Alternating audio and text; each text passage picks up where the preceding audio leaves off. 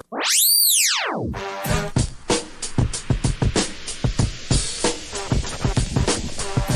time for the shop report with Barbershop Jay.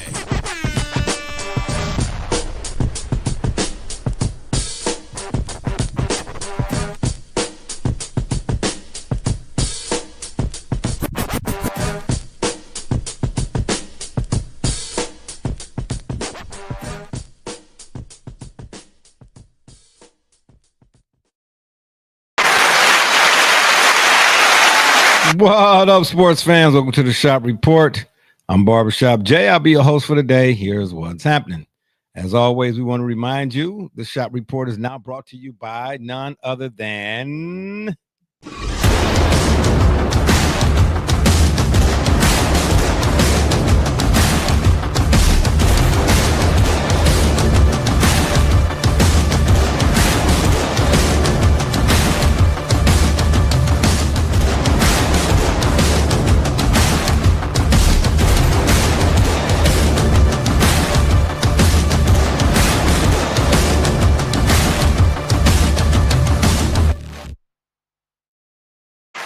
That's right.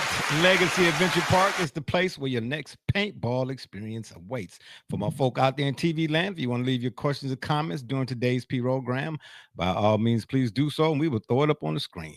And y'all know what's coming next.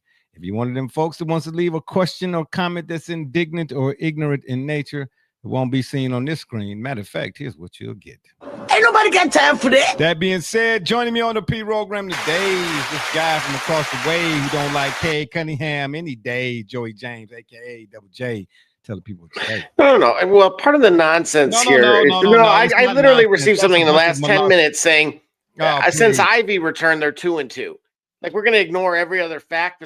We're going to blame the guy that's playing 12 minutes on his way ramping back up. Who's blaming that? Ivy's an I just received a meme with that. That wasn't created from by who? You didn't get it from me. This is me talking. No, but that's why I'm saying, like, between with you on the nonsense with Mr. Quadruple Double that includes 10 turnovers. I mean, come on now. Yeah. Well, it's funny how we like to talk about turnover depending on who we talk about. If we don't like to talk about turnover, that's right. Depending on who we're talking about. Exactly. Right, I don't know who that guy is. Yeah, right. Whatever the case may be. Either way it goes, you can talk about individual turnovers, but what you can't or not going to not talk about is the fact that the Detroit Pistons at this point in this season, the 2025-2026 season, are where versus where they were at the last 3 seasons combined. Not good. Thank you. We got a good one for y'all today. We're going to do it. Yeah, exactly. No, don't shrug it. Don't shrug it now. Don't do that. You know what I'm saying? Facts. Or as my sons and them like to say, bars. I don't know what the heck that's supposed to mean. We're going to talk about speaking of the NBA, we're going to NBA standings, where they currently sit at currently. Did I say that right? Say that fast 2 times. And of course, our NFL Pick'em Week 13. I do have a question though. If you don't mind, could you please give us some college football score updates? All right, before we start talking about basketball or Branskyball, as some like to say. It has been 0 days since Ohio State has defeated Michigan. Oh, boy. Okay, well. Breaking wind. What the... My gosh, really? Well, look, that was here, right? What happened? What? Yeah, they were counting every single day. It was like 2,000 some odd days that they were counting since Ohio State had beaten Michigan. Oh, my now, of course, that streak is... Oh, boy. Gag me with a spoon. Listen, this is ridiculous. Okay? Yeah, play the intro again. Yeah, there you go. That's what that looked like. Yeah, exactly. It wasn't me. No, it don't have to be. It was me. I did it. It was me. Yeah, that's what that sounded like. It's been 0 days since Ohio State. Like, who cares? My gosh. Gee, at what point was going, who this be? What up, Pops? Carl here. Who's Carl? Exodizzy? Who's Carl? Yes, sir. Shout out now. Hey, you Pops. Yeah, I'm about to say, hey, slow down there. Slow it on down there. No, I'm just saying, man. Okay, so Ohio State, Michigan, I get the rivalry and all of the hoopla and whatnot, but, need I remind you or have to remind you a reiteration there, guys. I do not like Ohio State football at all. I don't. Okay, yeah, but spoken like a true Michigan fan. Mm-hmm. I'm not no Michigan fan either. See, what you fail to realize is, I know sometimes it can be a little confusing. You know what I mean? But shout out to BSJ though. Let me give myself a shout out right there, baby. Being able to, because I'm a football fan first, convey it or discuss it in a manner which you think I do have a dog in the fight. I don't have no dog in the fight. Unless it's the dog pound going down back in 86, baby. Municipal. You know what I mean? This current version, not so much. Anywho, I'm just saying, I'm not a fan of neither one of them, but I am a fan of football. I didn't watch the game. There's no need to, because I told you last week that Ohio State was going to open up a molly-whopping can. I told you that, man. You know what I mean? Don't nobody want to listen to me. I mean, I don't really listen to me either sometimes, but I'm just saying I wasn't wrong about that. So that game was boring. Even better was Oklahoma and LSU. See, that was compelling. That was a compelling game. That's all I'll be asking for. Give me some compelment. I don't even know if that's a word, but it was just rolling. Okay, it was rolling with it, baby.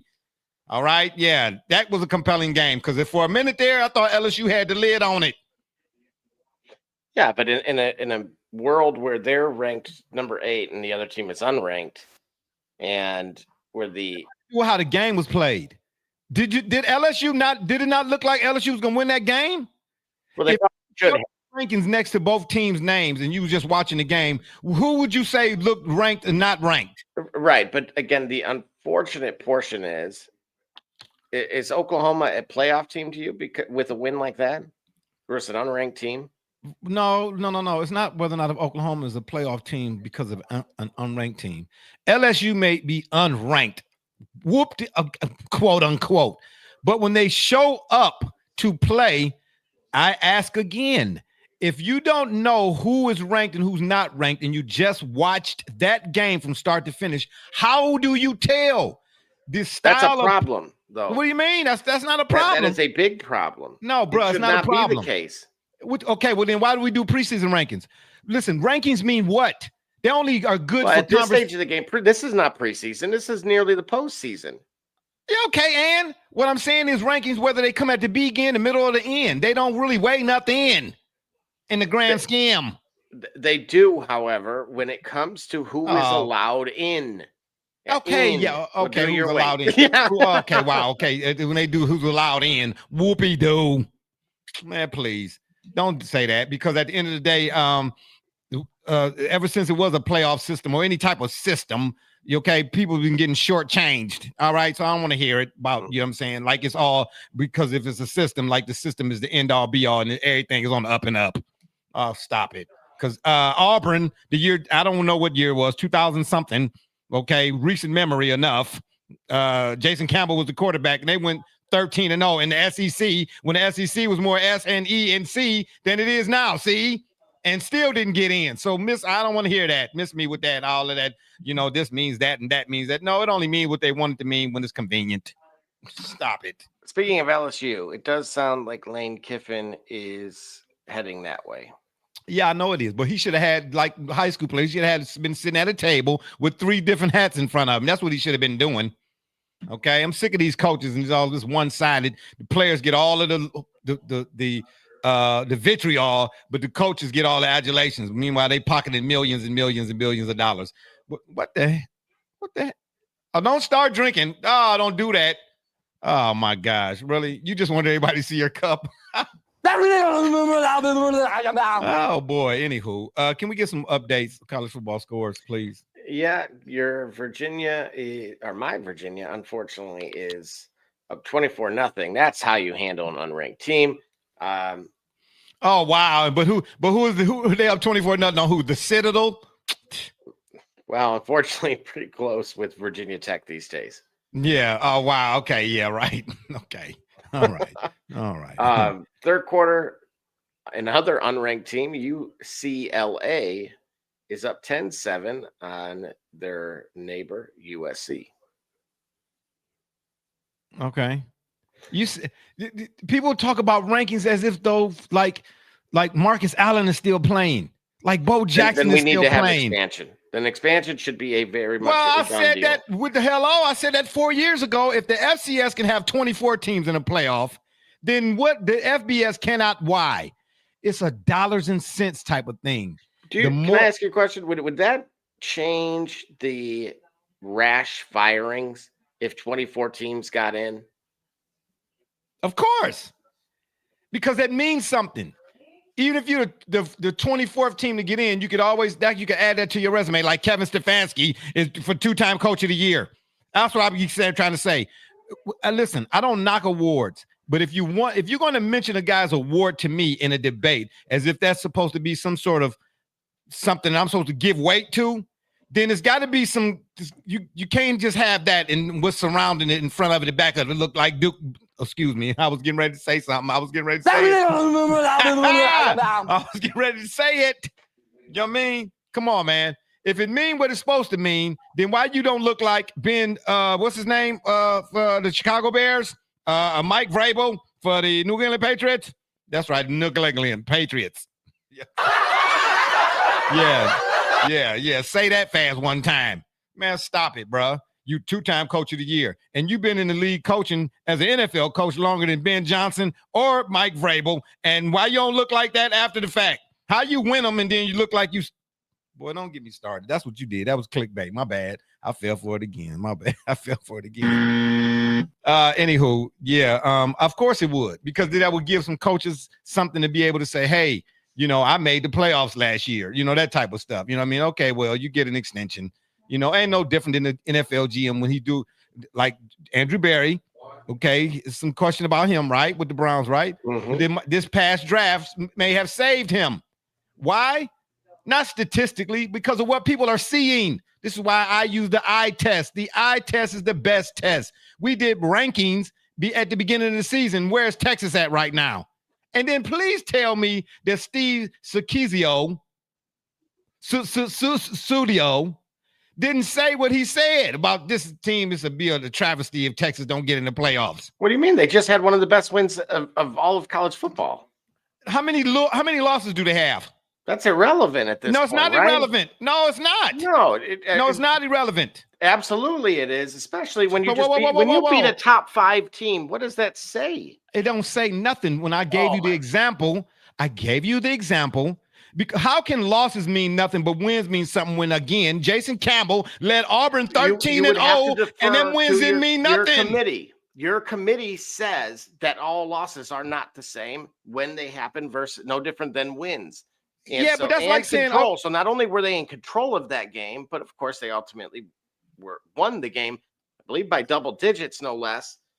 You sound like the debaters in the movie, The Great Debaters, at the end when the guy was trying to argue that the law, you should follow the law because the law is the law. It's not about whether the law is a law. Is it an unjust law? You keep saying the committee. Okay, who's on the take on the committee?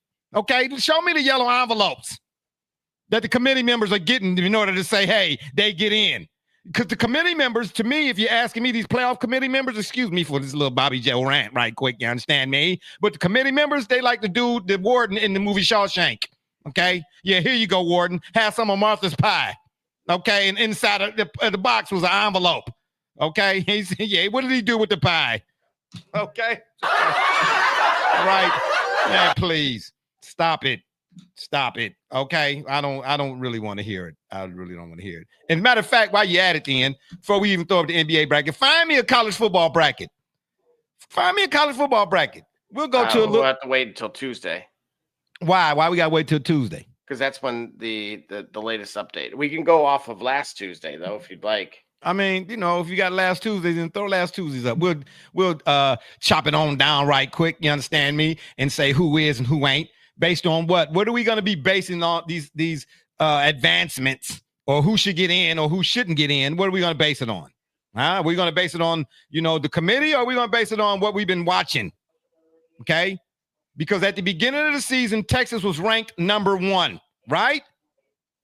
Okay, here we go. This is the college football playoff based off last Tuesday without a current update, which will be coming, as Double J just mentioned, next Tuesday. All right, which side of the bracket do you want to start on?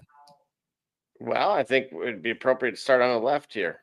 Okay, so as a what they call this, a one-off. Mm-hmm. This would be a one-off, right? Yep. Who you now? Forget the fact that Notre Dame is a number. Listen, for conversation's sake, This looks like a bona fide matchup. Number 9 versus number 8. Okay, but we're using rankings though. Okay. Now, what's his? Well, I don't know his first name. Last name Mateer. Okay. He had 3 interceptions in that game. Yeah, but you just see. Wait a minute. You hang on a second. What did the horse trip over that you were riding here when you were? No, just absolutely not. They were, if you were just watching it for what it was No, I said it was a compelling game. I didn't say whether or not OU I think should be in the playoffs. See, you just added, you just mixed that in, and I didn't never really answer. Oh. Exactly. Yeah. See. Yeah. Right. Don't put words on my mouth. Yeah. Okay. Yeah. Sip your little turkey gobble right there. You understand me? I'm talking about based on what Notre Dame looked like and based on what OU looked like. That's a pick 'em. Jeremiah Love is now he top NFL talent at the running back position. He legit. See, that's what I'm saying. I'm a football fan first. I like players more so than I do teams, especially nowadays, because too much money, okay, too many gamblings, okay, too many people on the take. So I don't know who to take. So I'm just going with the players who I like, who I don't like. Performance based. Based on the performance in this case of the two teams, who would you pick in that game? Don't ask me, ask yourself. Who would you pick? Notre Dame. Oh, really? And why would you pick Notre Dame? Do tell. I think they're the more complete team, and going off of, unfortunately, the recency test, which is that LSU OU game. LSU doesn't even have a coach, man. They have no business being still competing at that even level, if we want to call it. And I don't think John. What you mean? Why don't they have no business competing? Talent is talent. LSU still got talent. Right, but I still think that quarterback is still healing, and I think that's really their biggest issue here. Okay, well, so then why mention the fact they don't have a coach if you think the quarterback not healing is the biggest factor? No, it's both. Okay, well then, cue the Jeopardy music. I think one lends into the other also.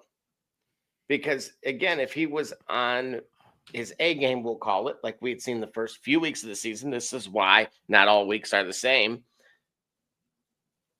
Any given Saturday is he looked much better in the beginning of the season prior to the injury. Who did?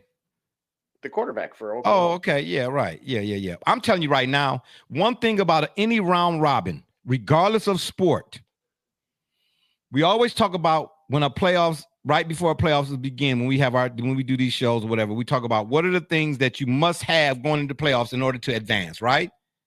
Mm-hmm. How many things are there? Well, one thing for certain is defense. And Oklahoma's defense is playoff caliber.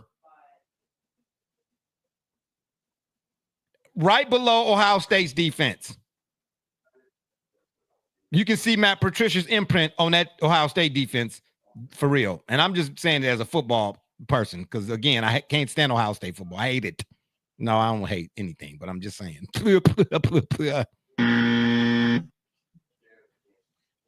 Oklahoma's defense will take care of Notre Dame in that game, bro. I'm telling you that right now. All right, let's move down to 12-5. Texas Tech. Now, you put the tape in to Texas Tech. I know they beat West Virginia today. What, 700-0, something like crazy like that? At least that's what it looked like. Texas Tech might surprise a whole lot of people on that side of the bracket. You don't know? Maybe? How come? Why not? Now, I asked you just a mere week ago about them, and you wrote them off. I never wrote Texas Tech off, and it was one of the 5 teams I mentioned 7 months ago. I said Georgia Tech, Texas Tech, Ole Miss. Now, don't get me started, man. You're trying to clickbait me. Ain't no clickbait, baby. Can't clickbait Jay, baby.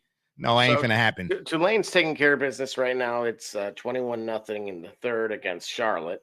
No, they're playing Webb. Charlotte. Who is Charlotte? I know it. I know it's Charlotte. Used to. Once upon a time. Okay. Yeah.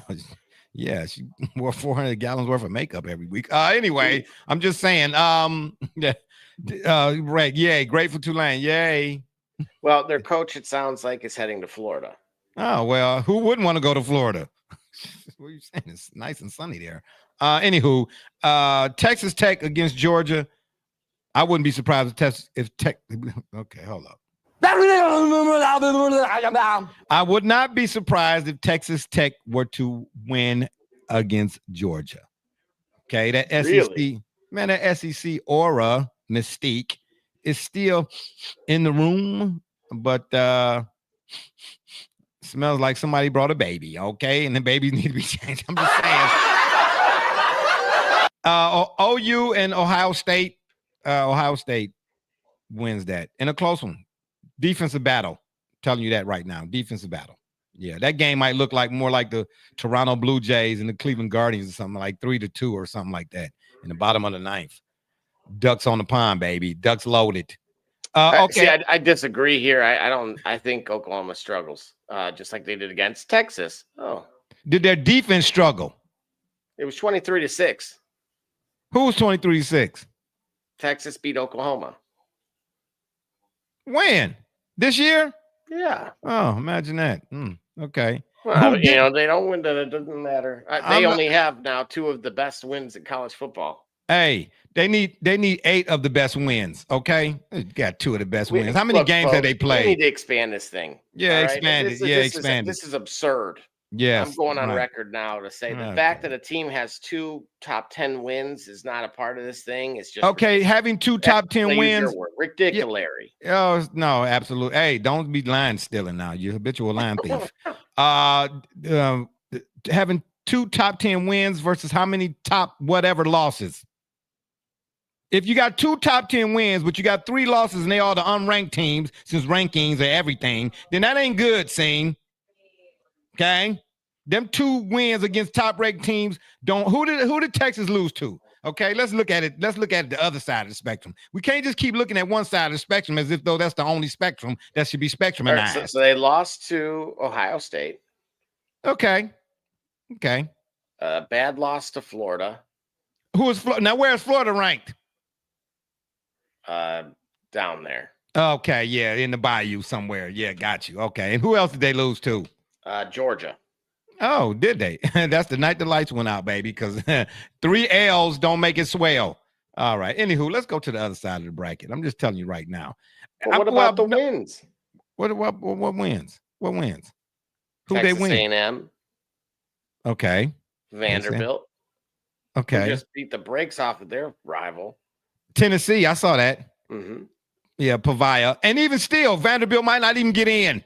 And they beat Oklahoma. So to me, I get it, right? You said they lost the 2. They're 2-2 against the playoff rankings, which tells me that coin flip there means they deserve to be in. Well, after the game, they got a 99% chance of getting in. So what are we talking or saying? For Texas? No. Oklahoma. See, but you don't see a problem with that. Based on what? That they lost to them. So who got the tiebreaker? So I'm going to get all right. So let's go through Oklahoma's schedule, right? No. Don't do that. Look at Texas. Let's look at the strength of the schedule. How strong is your schedule? I'm telling you now, Texas's was stronger than Oklahoma's by far. I was not. We just did it. We just talked about it last week. No, it was not. Prior to a top 3 win, it was not. You're right. But them beating Michigan, who was Michigan this year? Nobody. Mm-hmm. Okay, so all I'm saying to you is everybody that could be in the playoffs got some type of win that you could look at and say, woo, and a loss that you can say, all of them got it. Take care of your business. If you Texas and you want to be what you're supposed to be or you claim you say you are, then handle your business and do what you're supposed to do. You're supposed to beat Ohio State. You're supposed to be undefeated right now. You're supposed to be. If you think right now, because you beat 2 teams after the fact down the road, all of a sudden I'm going to let you in. Man, please, the committee be talking crazy. Man, don't get me started on here. Don't get me started. Let's go to the other side of this bracket so we can talk about the NBA. We're going to take a break after this, and then we're going to talk about the NBA. Because I'm telling you right now, Alabama, Ole Miss right now as it stands. Who you got in that one? Oh, Alabama. Ole Miss is, they'll be done by Tuesday. Oh, really? But they ranked. How can you rank? How you saying a ranked team is just done? I don't think. Look, so from what I had heard, Lane Kiffin asked to coach if Alabama had lost, which would make Ole Miss go into the SEC title game. He asked to coach that game. He never said a word about coaching the playoff. Yeah, he ain't the only one. Rodriguez did the same thing. I know, but if he leaves, it's not that, again, this is what I can't stand about this. No movement should. I get it. They need to look. We've made a lot of changes in college football. One that needs to also change is these coaches cannot take off until their team season is done. Well, let's listen. Sit your behind down. You're not getting a jump start on nothing. Well, Too bad, boo-hoo for your school that sucked, that needed to hire somebody. They can wait. Well, that's my whole contention about all of it. Anytime that there's NCAA talk sports football in particular, the conversation or the narrative is always built around the athlete. Oh, this is NIL is getting ready to destroy college football and all that. But nobody talks about the other side of it. The coaches, they are complicit in this destruction of so-called destruction of college football. Okay? They are too. But why are we always going to the product first when the product is the reason why there's a first down and 10? Say it again. I would pick Alabama too because they got the fourth most difficult strength of schedule. Remember? Last week we talked about that. Against Indiana, I'm taking Alabama. Indiana ain't ready. It looked pretty, but they ain't ready. The Big Ten. And tell me again, how many teams are in the Big Ten? 16. How many? 16. 16, but it's Big Ten, 16. Yeah, you do the math. 10 minus 6 is what? Yeah, all right. Yeah, sip on that. That's what you do. Oregon and Miami. Oof, I'm going to go Oregon. You said that like it was a hard decision. Come on, I'm trying to respect your you here. What are they doing there then? If they're what happened? What happened? What happened? If they're Cabbage Patch Kids, get them out of there. What are they doing here then? Just don't worry. If they get in, don't worry. Oregon deal with that real quick. Like quick work, baby. But again, Miami is in because from the better part of the season, they kind of been hovering around a ranking close enough to be in the 12-team playoff. They've had enough wins in terms of what just wins. I don't know if quality, quantified, quantified, Pythagorean theorem. Richard Osborne, shout out to RBOB. How many are in the Big 12? I have no idea. You know what I'm saying? There's 16, and I was being facetious. There's actually 18 in the Big 10. Imagine that. Joking. Yeah, imagine that. He was trying to use it against me. Yeah, I wasn't trying to use. I was just trying to use it. Period. Why not just call yourselves the Big 16? Why not adapt? Just too many trademarks, too much legal. Everything always points to the money. Is what I keep trying to get y'all to really understand. Really, really big. Okay. Conference. Just call it the Big Conference. I know, but then what would the 12 guys do? The 12-team that are really the 16. So let me rephrase. Let me the 16. Okay, call it the Big Conference. I know, but if I, the Big 10, have now said I'm the Big Conference, then somebody else could be the Big Conference 1A or something. I don't know. That's like they do AFC, NFC. In other words, I'm just saying. Oregon and Miami, though, I'm telling you right now. Richard hates the format. I don't disagree. Trademark. He pointed out the trademark. Yep. Yeah, well, okay. Miami, Oregon, I'm telling you right now. Oregon will mop the floor. Molly Wop. Yeah. Perhaps. Yeah. Molly, well, please don't act like Carson Beck didn't. Carson Beck is like Jameis Winston. Fun guy and all of that, but he's going to keep both teams in the game. I'm just saying. Okay. Was it a success then? They paid him all that money to leave Georgia. And here you are, right? College football playoff potential. Were they in the college football playoff last year? The U? Yeah. I don't think so. Oh, the year before? The quarterback got hurt. Oh, okay. They wasn't in it with Cam Ward? That was Florida State. Mm-hmm. They were in it with Cam Ward. They got hosed too. Oh, yeah. Okay. That's Florida State. Ooh, wow, this guy right. Yeah, what's in that cup, boy? Dang, that's always kicking in. I see. Woo-wee. Woo, doggy. You know what I'm saying? We need a Randy Man. We need a Randy Macho Man Savage promo. Yeah. Ooh, I'm gonna. Anywho, let me slow it down. Oregon's Molly Wop. They mopped the floor with Miami University. No. Oh, thank goodness. No, the U was not in 2024. Were they in the year before?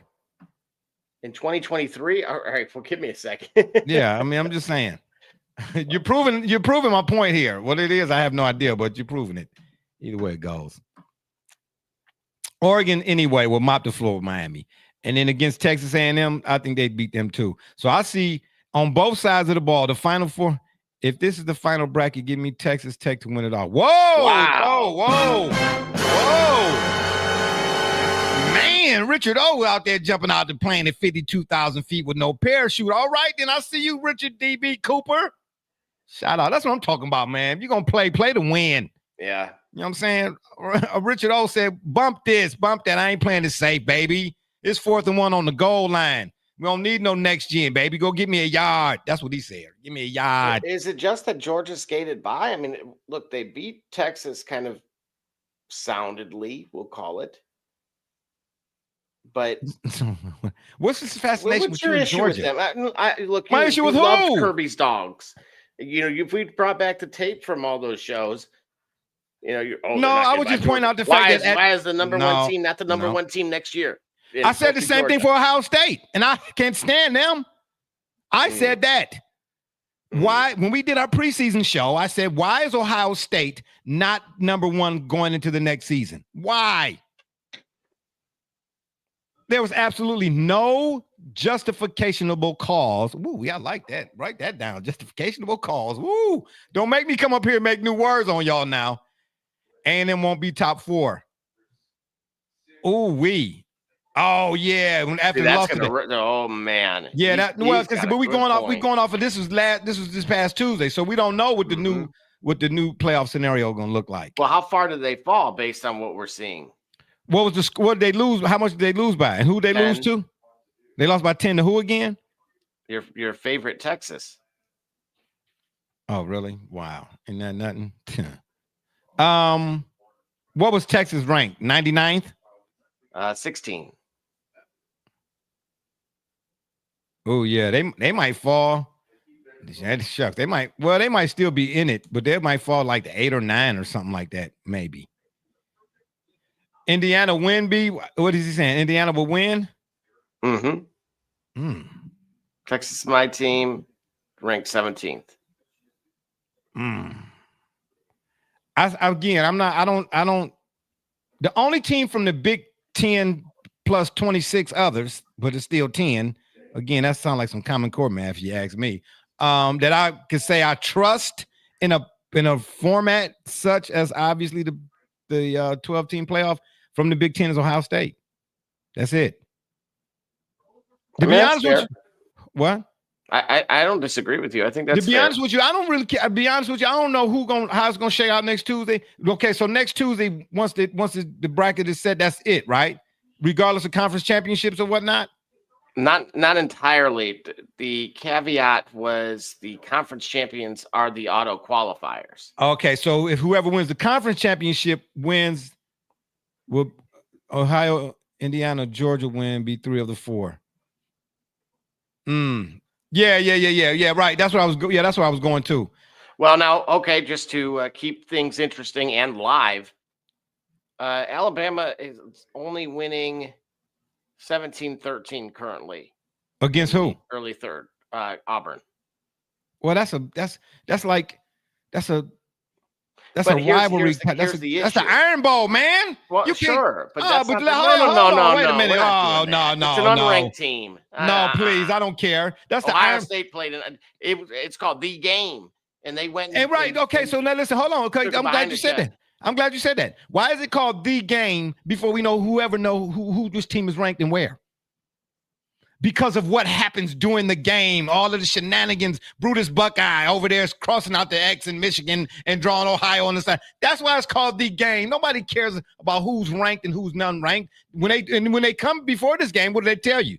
Even the talking heads on national television tell you, throw out the records, throw out this and throw out that. This is going to be a slobber knocker type of head knocker. Bang, bang, chitty, chitty. All right. Yeah. Auburn and Alabama. That's the Iron Bowl, man. Oh my gosh! Do you understand what go down in Alabama during this the week leading up to this game? Man, hide the women and children. Are you serious? Nobody think about who's ranked and who ain't. They hide the women in cheerings. Oh my gosh. Yeah. So if Auburn win that game, I'm not surprised at all. How many times have you seen Auburn, Alabama's Miami, Florida State, Ohio State, Michigan? More comments here. Hang on a second. Okay. Yeah. Well, my gosh, you're not controlling the comments section? Oh, A&M or out. Okay. Oh, okay. Yeah. Well, right. Hey. So do you guys agree with the concept of someone pitched scrap the committee and let Vegas decide it? Absolutely not. Oh my, that's even worse. Yeah, who's we're talking about the Goodfellas? Okay, Ocean's 11, 12, and 13. We're talking about Aces. Who we talking about in Vegas over here? The Rat Pack? Oh yeah, okay, yeah, right. Yeah, let them do it. Yeah, it'll be boy. No, thank you. Absolutely not. No, I'll just leave it at the committee. You know what I mean? How many members on the committee? 20, 30? And maybe only 3 or 4 of them getting an envelope. So, you know, it's like pick your poison. You let Vegas do it. It's envelopes abound, baby. You get a pink one and you I'm just saying. No, but anywho, back to the other side of this bracket right quick. Then we're gonna go to break and talk about some NBA stuff. I'm telling you right now, my Final Four, should everything stay the same even after next Tuesday? We'll come back and revisit this, obviously. I say Ohio State, Georgia on the left side, and Oregon, Alabama on the right side. Who will be in the championship? That's to be determined. I can't say that just yet. I got to see how it play out. All right. Yes, and then that what it is. You understand me? Our college football playoff bracket talk right there. Dang, Double J was 1,100 comments. What you doing? Oh my gosh! Did you get them all? Yeah. Oh boy, this guy right here, man. I'm trying to tell you. Gee, my knees. I'm Jordan Gudeman, and I'm the founder and CEO of Eddie G's Cookies. I was first diagnosed with a nut allergy when I was young. At the time, there weren't a lot of labeled items that said if there may contain nuts or there are nuts in the food, so my brother and sister and I baked a lot at home, and we enjoyed treats from mixes and things like that, but I noticed that it was not the same as what my friends were enjoying, and I started making my own recipes. When it was time to pick a career, I decided to start a bakery so I could share my treats with everybody else. When I started creating my recipe, I was taking in all the things that I thought I was missing out on. A soft, chewy center, a crisp outside crust, and a taste that is just like it came out of the oven at a bakery. When I put all those things together, I'd come up with a recipe for a dream cookie. Eddie G's Cookies only uses the finest ingredients. We have all natural flavorings, no preservatives, and every cookie is made in a nut-free environment. The best part about Eddie G's Cookies is that they can be delivered right to your door. You can share them or not. We won't tell.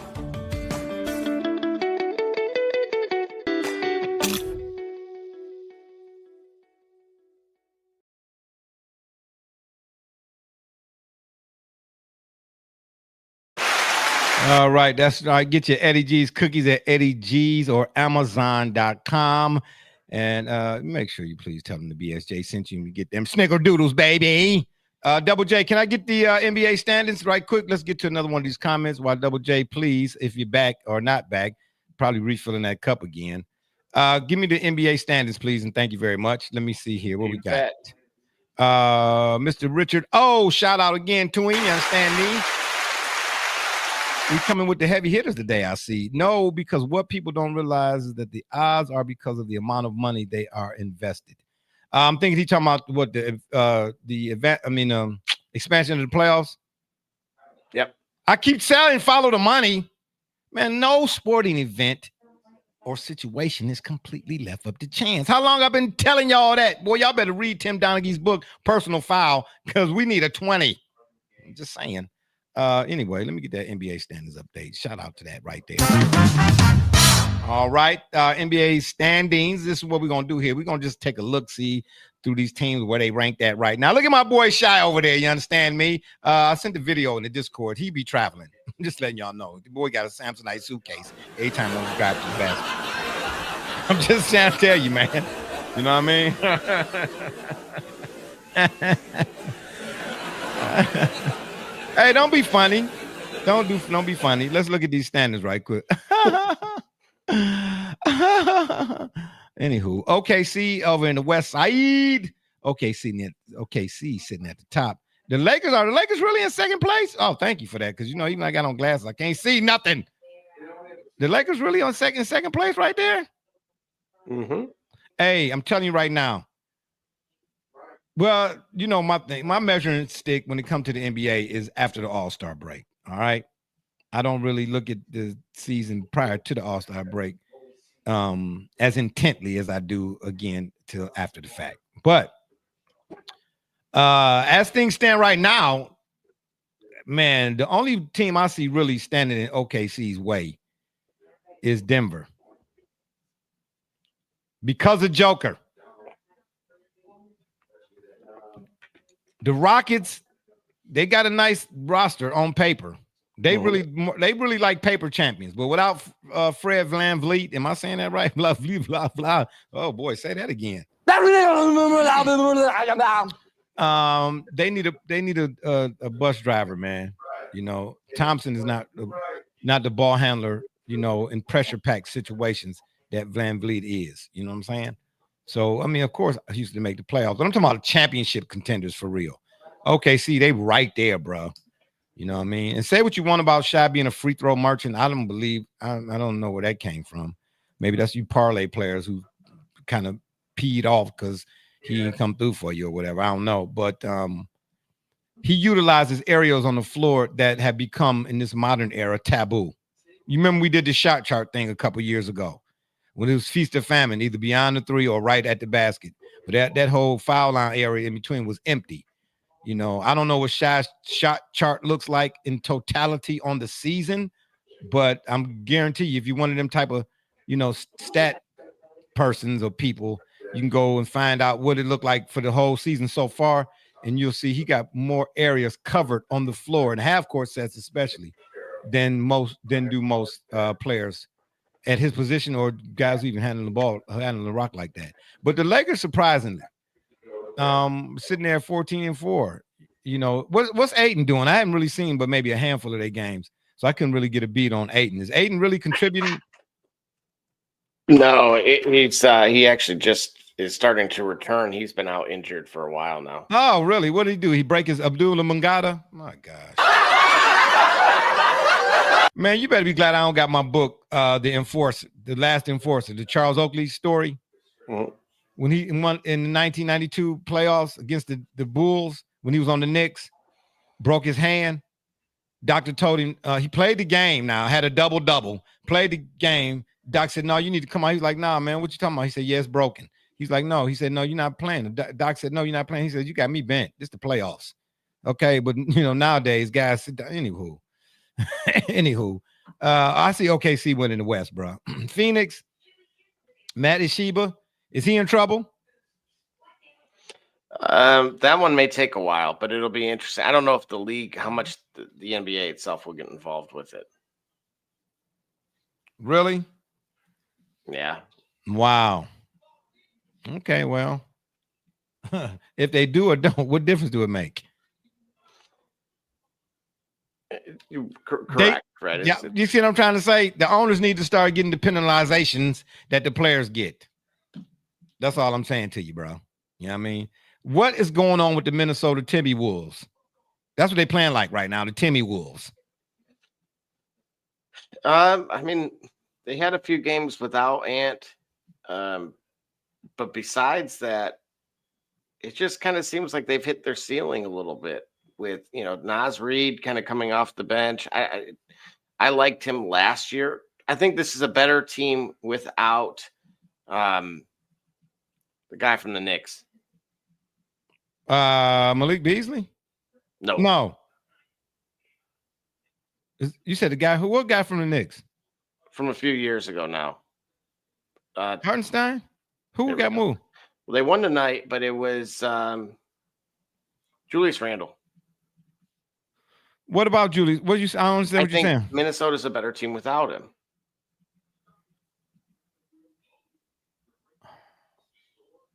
Wait a minute. I like Naz Reid playing, or in that starting five.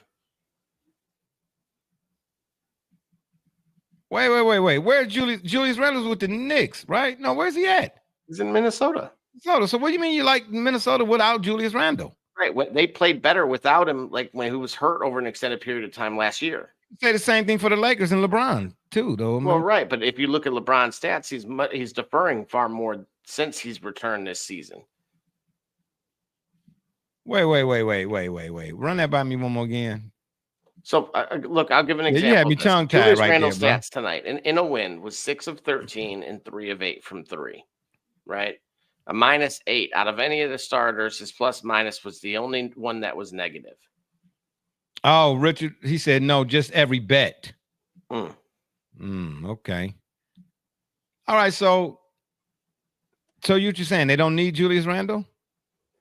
Correct. I would prefer they flip-flop Naz Reid and Julius Randle if possible. You mean trade Julius Either Randle? Trade him or have him come off the bench.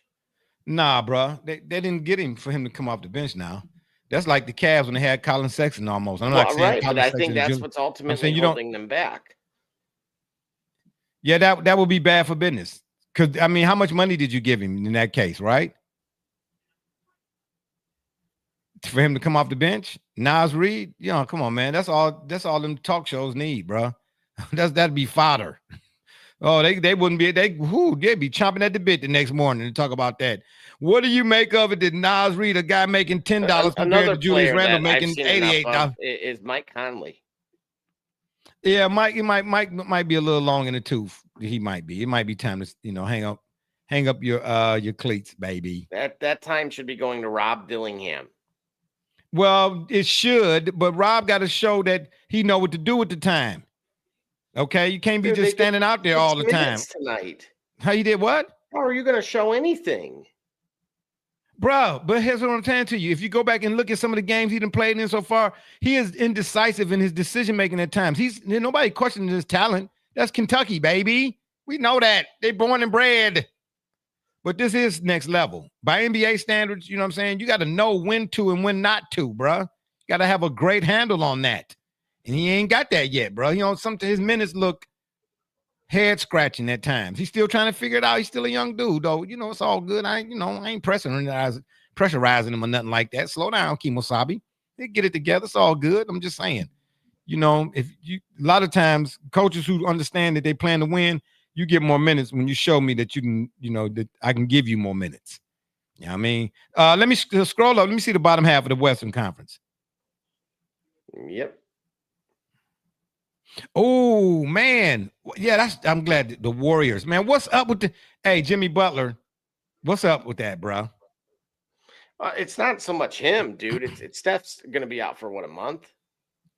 And he kind of looked like crap lately. I mean, I based on his own standard that he set. Let me say it. Okay, yeah, I was about to say, do some specificationizing right now, because but that's a load he carrying, man. They don't have to, and then we already know what Draymond Green out here doing, yik-yakking and plick-placking. Boy, oh boy, oh boy. You know what I'm trying to say? So I don't remember, Michigan State used, in Tom Izzo, you know what I'm saying? They used to be the bread and butter of the, tournament, and putting guys out, Mateen Cleveland, the Mo Pete and all of them type of dudes. Draymond the first one, and it should hopefully be the last one, but he be doing a lot of capping and yapping. You know what I'm saying? Settle down. Well, we have to open up a Kmart in your neighborhood. Just saying. Yeah, what I mean, but Golden State, bro, I don't know, bro. Right now as it stands, they'll make the playoffs, but they'd be a play-in, wouldn't they? If the playoffs started today, they would be a play. Dang, man, can you imagine Steph in a play-in? It's like LeBron going to the G League. You know what I'm saying? It's like whoa, who saw that coming? I'm telling you, dude. Like I actually, this is why I believe the league is becoming more enjoyable of this year out of many. Is not just that the Lakers are competitive. No, it has nothing to do with that. It has more to do with that. You're truly seeing kind of a torch passing, if you will. Who passing? Well, like right now, I've watched so many Thunder games this season that it's absurd to me how easy and effortless they make it look. That this team has played without I don't want to say 2/3, but at least 20% of the roster that matters. And a lot Jalen of Williams, Jalen Williams was out too. Jalen Williams was out for a minute too. He literally still just came back this week. Yeah, they was winning. They still winning. And then you talking about and not just not just like, oh, we won and survived. It was SGA's not even playing fourth quarters, dude. That's what you want. Well, that just goes to show you that it's not to Richard's point. It's not if you're a gambler, but it's the best case. It's a dream scenario for any team in the league. That just goes to show that you have a balanced control. That in our bench and our depth. I told you guys about guys like AJ Mitchell, who's only on year 2. That looks like you could trade for him right now, and he would absolutely be a gem for any team. OKC got balance, bro. On the floor, off the floor, up and down the roster, upstairs in the front office, in the middle offices. Okay, the janitors even. Okay, it's permeating throughout the building, bro. They are definitely a championship organization. They could be a dynasty, but I'm telling you, so I want to see. So the contrast to them with Denver right now is Denver with, having the injury to one of their big 3 is really starting to show it. Like it's real, like they lost the other day to San Antonio. Yeah, and it was how they lost. It was down the stretch.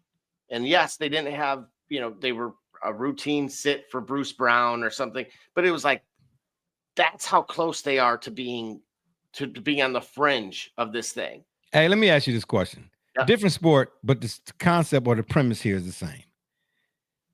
Do the Kansas City Chiefs look like they could always be in trouble? Like from this point moving forward? They look like you hesitant to put your money down or maybe put it back in your pocket. But they got Patrick Mahomes, bro. They got Pat Holmes. Well, exactly. That's fair. That's all I'm saying. Yeah. As long as they got Joker and Joker is upright, I'm not worried about the Nuggets, bro. Now OKC got a lot of youth on that squad up and down it. There's no question. You know what I'm saying? They are poised they in the driver's seat in terms of the future today and tomorrow. There's no question that's the case. You know what I'm saying? But I still lean to what happened last year.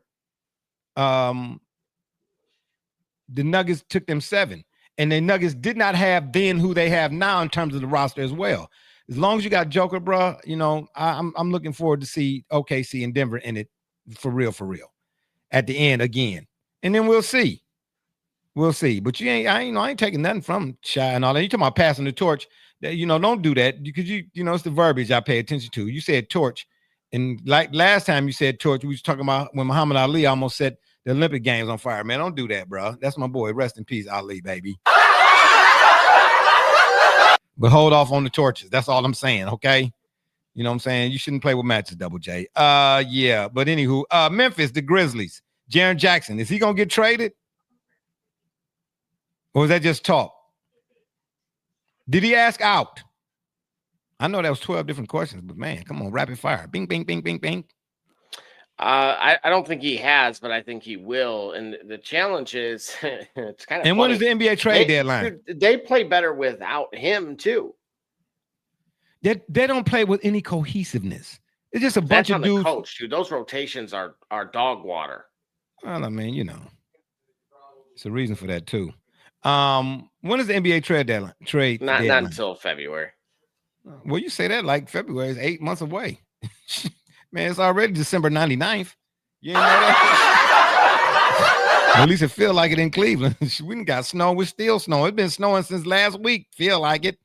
Man, please. What y'all talking about? Yeah. He said, not till February. Yeah, like it ain't cold outside already. Yeah, we're going to see. I think Jaren Jackson's gone, bro. On the straight up. Where, I couldn't even tell you. Not right now.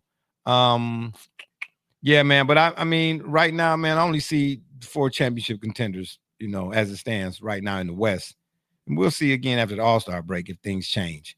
But that's right. Go back to the top for me right quick. Then we're going to hop over to the East. Yeah, OKC, obviously. The Lakers, I see it. Denver and then Houston by default because they got Kevin Durant. But everybody else is kind of on the fringe. Yeah, they all look. Everybody else is playoff. All the other playoff contenders look like first round exits, but the 4 I mentioned look like championship contenders as it stands. Let's hop on over to the East Side. Ice Cube, baby. Detroit Pistons. Shout out to the Pistons. Now, this is your team. What are they not doing? What is it that the Pistons, where they sit now currently at 15-4, that you don't like?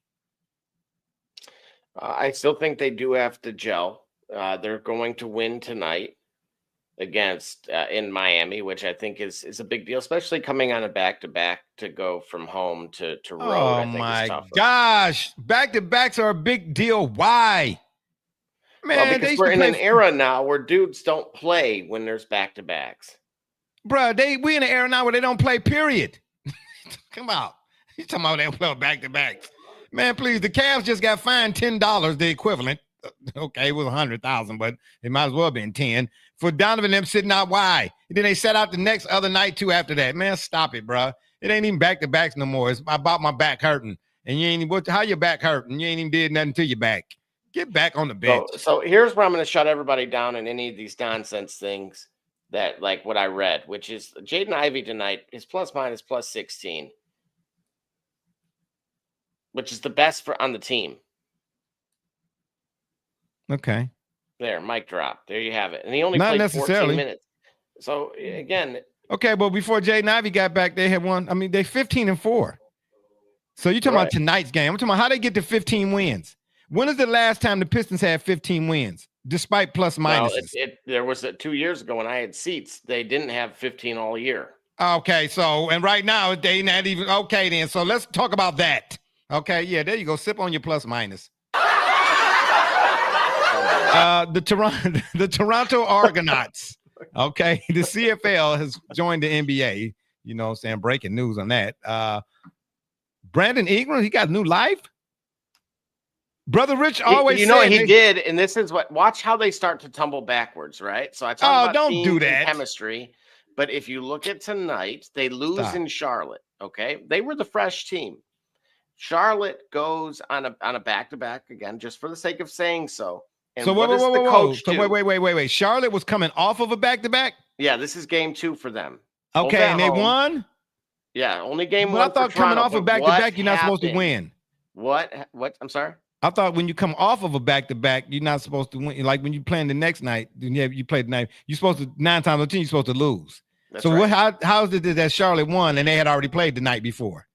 Well, exactly. Oh, because the 82-game season is too long? The thing is, it actually was a collapse in the final 5 minutes that led to an overtime.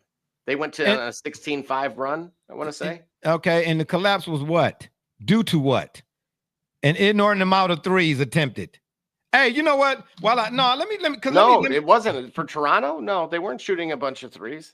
Yeah, okay. They just weren't converting. You know who was? It was, to me, that coach found. This is only Sexton's, I think, second game back, so he looks very good, and he was gelling with Knipple and basically Knipple and the bench, and Zion James from Duke, of course, last year as well. They had James, Sexton, Knipple. Well, you like saying that, don't you? You like saying that name, don't you? Liam McNeely they had out there. Okay, and they probably had Liam Neeson at too. One point in the final 5 minutes, and that's who made a run. It was like he found something out of that group.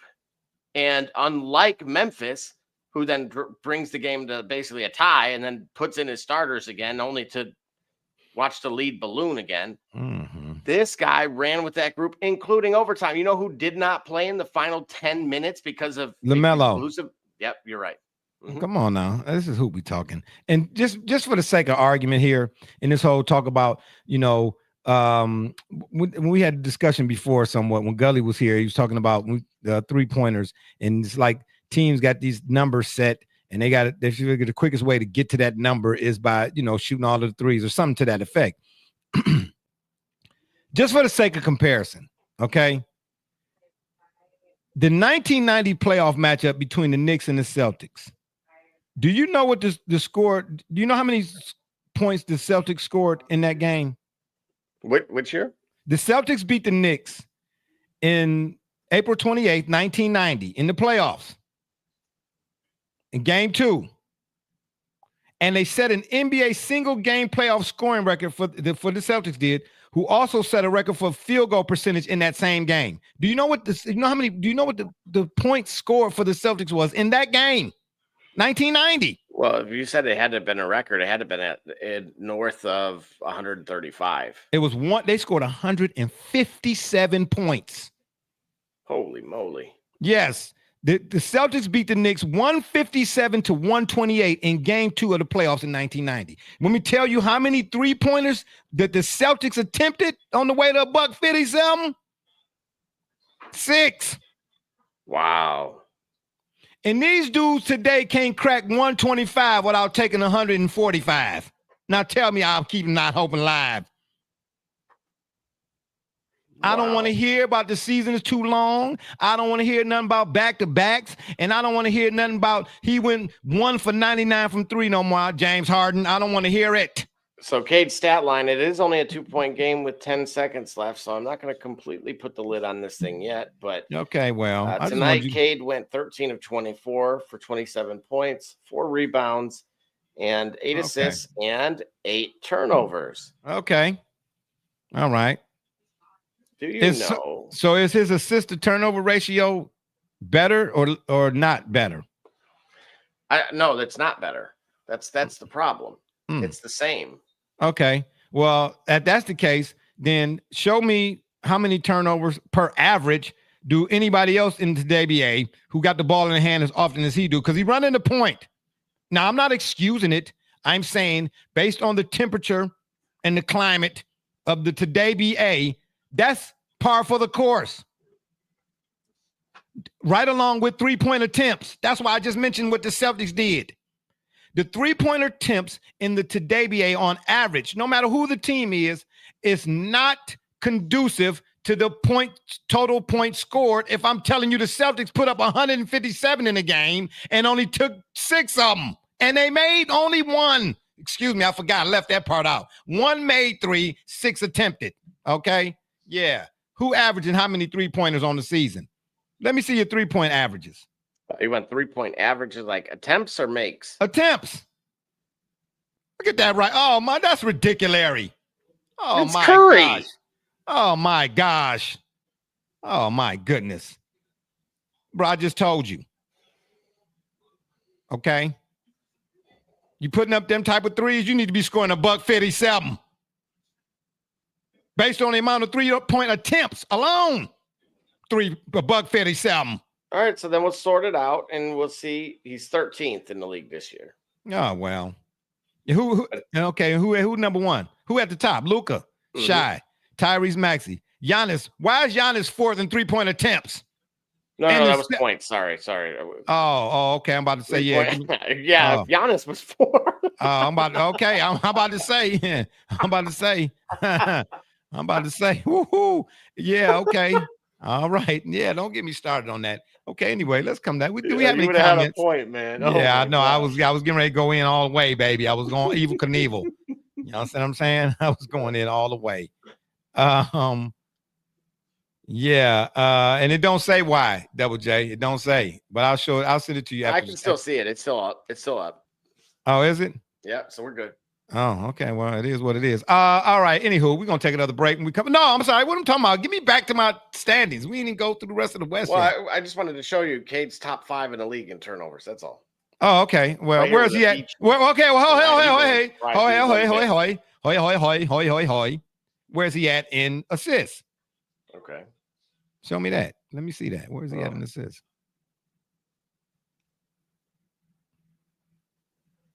Oh, you can't find it now? Oh, no, he's number 2. He's right here. Oh, is he? Okay, well, as long as he, hey, he's number 2 behind who? That's right, Batman. You darn tootin'. In theory, he's tied. Please. Oh, I don't want to hear about no theories. We're looking at it right here. He's number 2, baby. He's number 2. So he in the top 5 in turnovers. Okay, that shouldn't be. You know what I'm saying? But he number 2 in terms of dimes drop, baby. I'll take that all day. Yeah, that's all right. I'm not worried about Cade. Okay, I'm not worried about Cade. I'm not worried about Cade. You know what I'm saying? The Pistons are 15 and 14 and 4, and you subtract, and then that's the number you get. Miami Heat. Let me see. What can we say about the Heat? Anything? Starting to work, right? I actually am a little surprised that the Pistons are going to get out of here with a win. I think it's a good win. I will give them credit on this one in particular. They were, without Karis LeVert and without Jalen Duren as well. So I actually will give credit. Oh, they got the dub, huh? Yeah. You know what I mean? And of course, Terry Rozier was out for the Heat, and so was Jaime Jaquez today. Yeah, okay. Well, I mean, the Pistons without but Norman Powell is who's coming into his own. This right here, bro, Rich, if you're watching, this is where Ty Lue in that franchise went wrong, letting Norman Powell lead. Stop it. Stop the presses. No, I told you. Hold on. No, stop it. No, because it's a school bus, okay? And the sign is out. Don't pass. Don't do that. Who would you say it was because of again? Let me make sure I heard you correctly. Let me fix my glass. Powell. Oh, but not because of Shy. Well, I mean, that was that. Here. I'm saying at least between year over year. Yeah, that's going to go down as one of the worst trades. Yes, absolutely it is. Absolutely it is. Absolutely, Terry. Because if they it's called a domino effect, right? You keep Shy. You don't get rid of Norman because that would have been both of them on the floor at the same time. They're going to give you a reason you can't get rid of them. Do you understand? But when you don't have one, the other one is more exposed, so to speak. And then you say, all right, well, the ship is sinking already. We might as well just go ahead and abandon ship. Okay?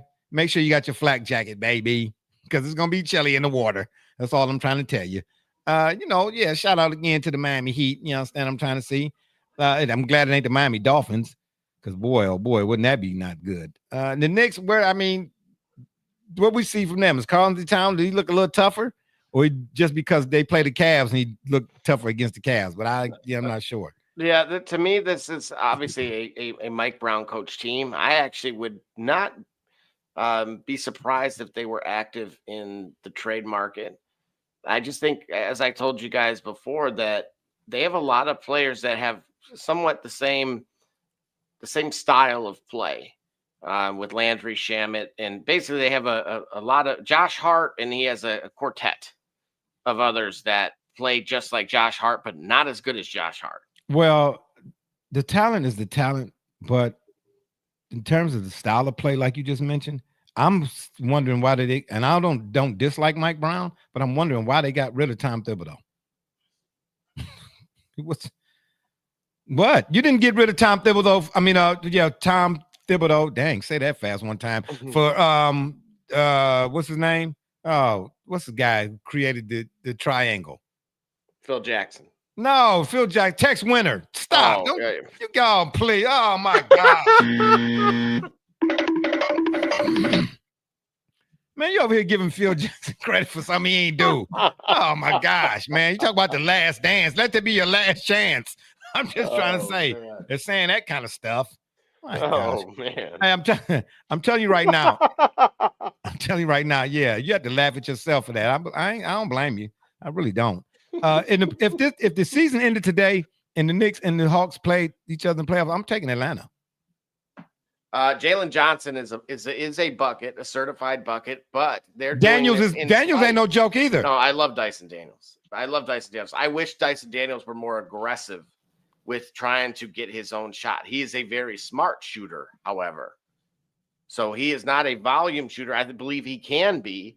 It's just that offense is running through Jalen Johnson, but he will fill that stat line up with to your point. Wait. So you say he's not a volume shooter. So are we being critical of him for a guy who, by today's standards, in some ways, yes, it's a slight, but I don't really mean it in that way. Oh, okay. So in other words, I think he can do more. To me, he could very well be an all-star and should be an all-star and potentially one of the best. He's one of the best defensive players in the league as well. But you can still, you don't have to be a volume shooter to be offensively efficient and understand, you pick your shots in terms of your shot selection.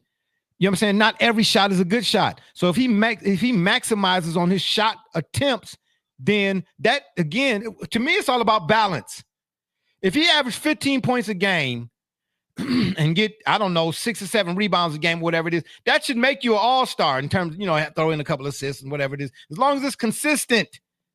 As long as he shows me on both ends of the floor that he's a guy that you have to know, you know what I'm saying, like who coming through the door, then yeah, he's an all-star, bro. You don't have to be no volume shooter. This guy's to shoot the ball 50 times a game and only make 4 of them.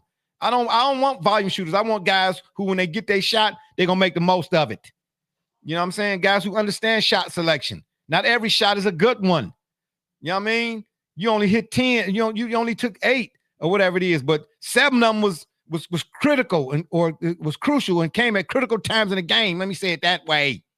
Yeah, you don't need to be no volume shooter. Not right now. Stop doing what everybody else doing, man. And people talking about Steph messed the game up. That ain't Steph's fault. Steph do what Steph do. The fact that you tried it and ain't got no business, that's your fault. Don't blame Steph for that. Nah, bro, I ain't blaming Steph. Steph is because Steph put the work in to be able to do what he doing. You just saw it on TV and started jacking. No. Say that fast one time. Yeah, I'm telling you right now, I'm going to take Atlanta in the playoffs game, right? That 4-5. If that's the 4-5, give me some popcorn. I'm telling you right now, give me some popcorn. Scroll down. Let's talk about the Cavaliers. All right. Whoa, yeah. Hey, I'm surprised Milwaukee is, I didn't know Milwaukee is 8. What's going on with Bucks? Well, they were missing Giannis for a couple of games, but I'm going to be honest with you, the team is not. They kind of look like bottom feeders, even with Giannis, huh? That look good. I'm more surprised. I think Anthony Black is a good fit in Orlando. He's hit his stride. Why? I know you weren't just going to say you're surprised at Orlando Magic. You didn't see this coming last. You didn't see them coming last year without Paolo, and based off last year, I felt like, speaking of some of these guys, like some of their guard depth left. Right. So now it's kind of given more minutes to some of these other guys that have been pressed, I would say. Yeah, well. Philly, what they looking like without Embiid? They are the Fighting Maxis, and playoff P is more of a I don't know, like P. Excuse my French fries with no burger. I'm just saying. Sometimes you just got to say it. Okay. No offensive areas to nobody. VJ's good. They need to move on from certain guys, right? And I believe they will. And so do the Cavs.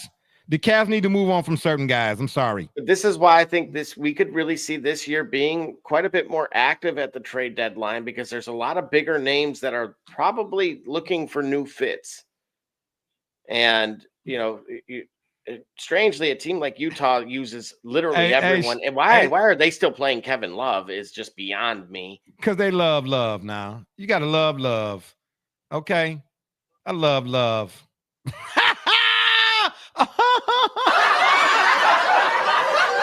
Shout out to Brother Rich. He hit us up in the Discord. He said, I agreed on the Norman Powell trade. Emphasize. Barbershop J, not a school bus with the door opening. Yes, Brother Rich, absolutely. Absolutely. Shout out to my bro B Rich out there. He making movies, baby.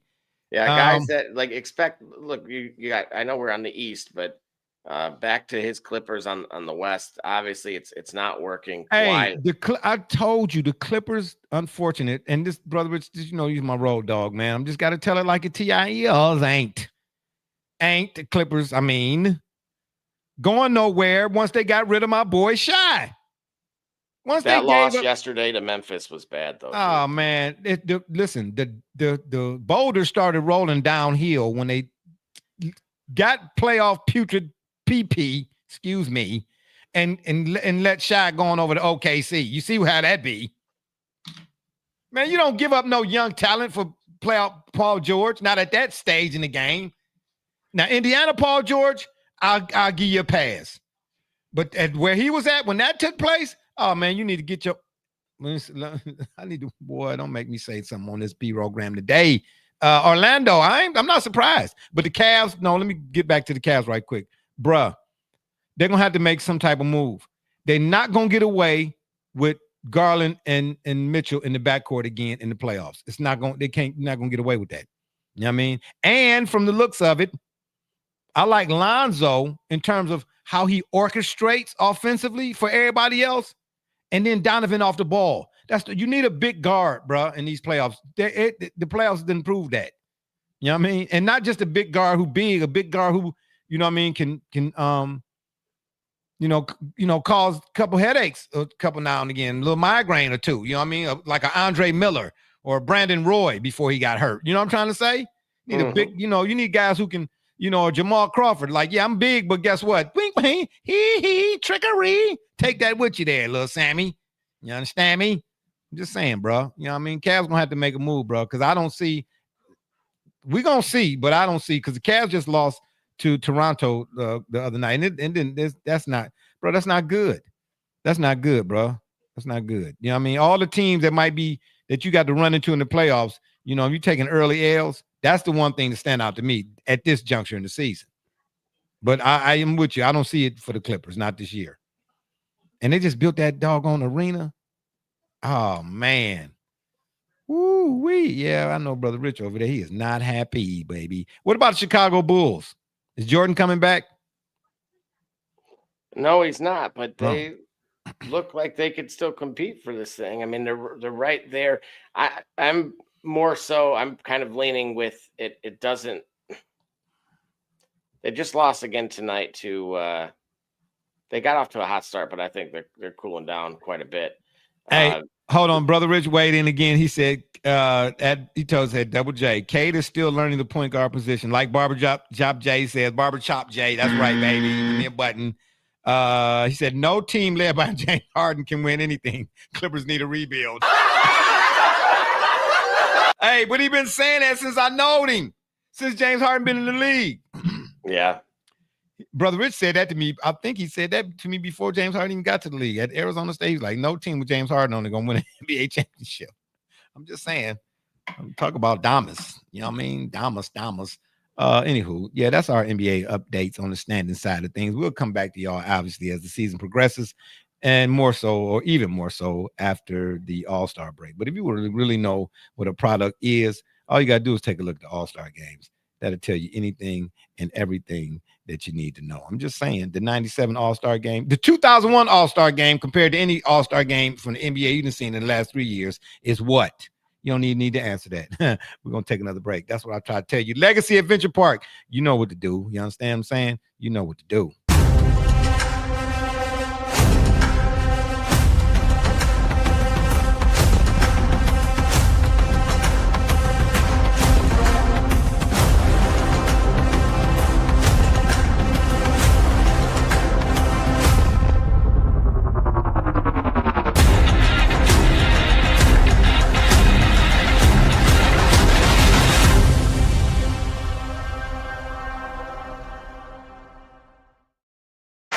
Shout out, baby. Legacy Adventure Park. Man, just the music alone, man, made me wish I still had wheels. Boy, I get out there, you know what I'm saying? Anywho. Up next and final discussion old bowl topic for tonight's program, you understand me, is our NFL Week 13 pick'ems. You know what I'm saying? And of course, Double J's fantasy stardom and sit-ems. Drum roll, please. You got a drum roll over there? Oh, you got on the daggone sound effects. How come I ain't got a drum roll? What's up with that? You just yeah, one moment. Yeah, I mean, you should be quick. So wait a minute. Whoa. So which was it, Ace Ventura? Pet Detective.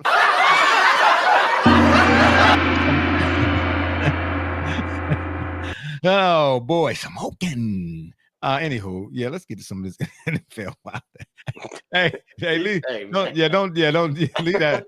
Oh well, yeah, leave that alone. Oh wow, ooh, yeah, leave that alone. Wow.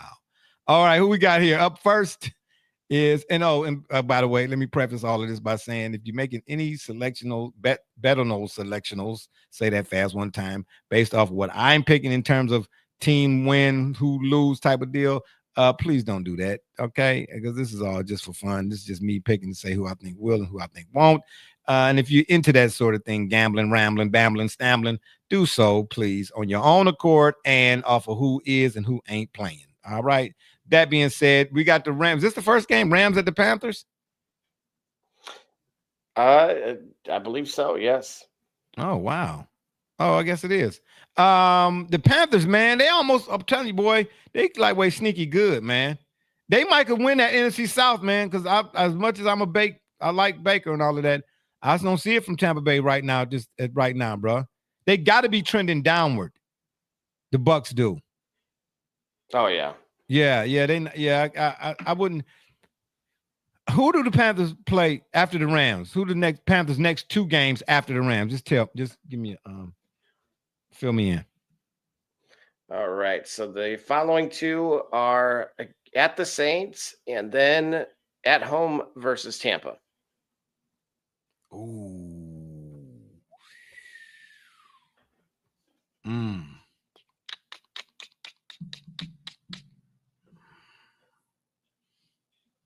You know what? I'm curious. What's the spread in this one? Probably like 4.5.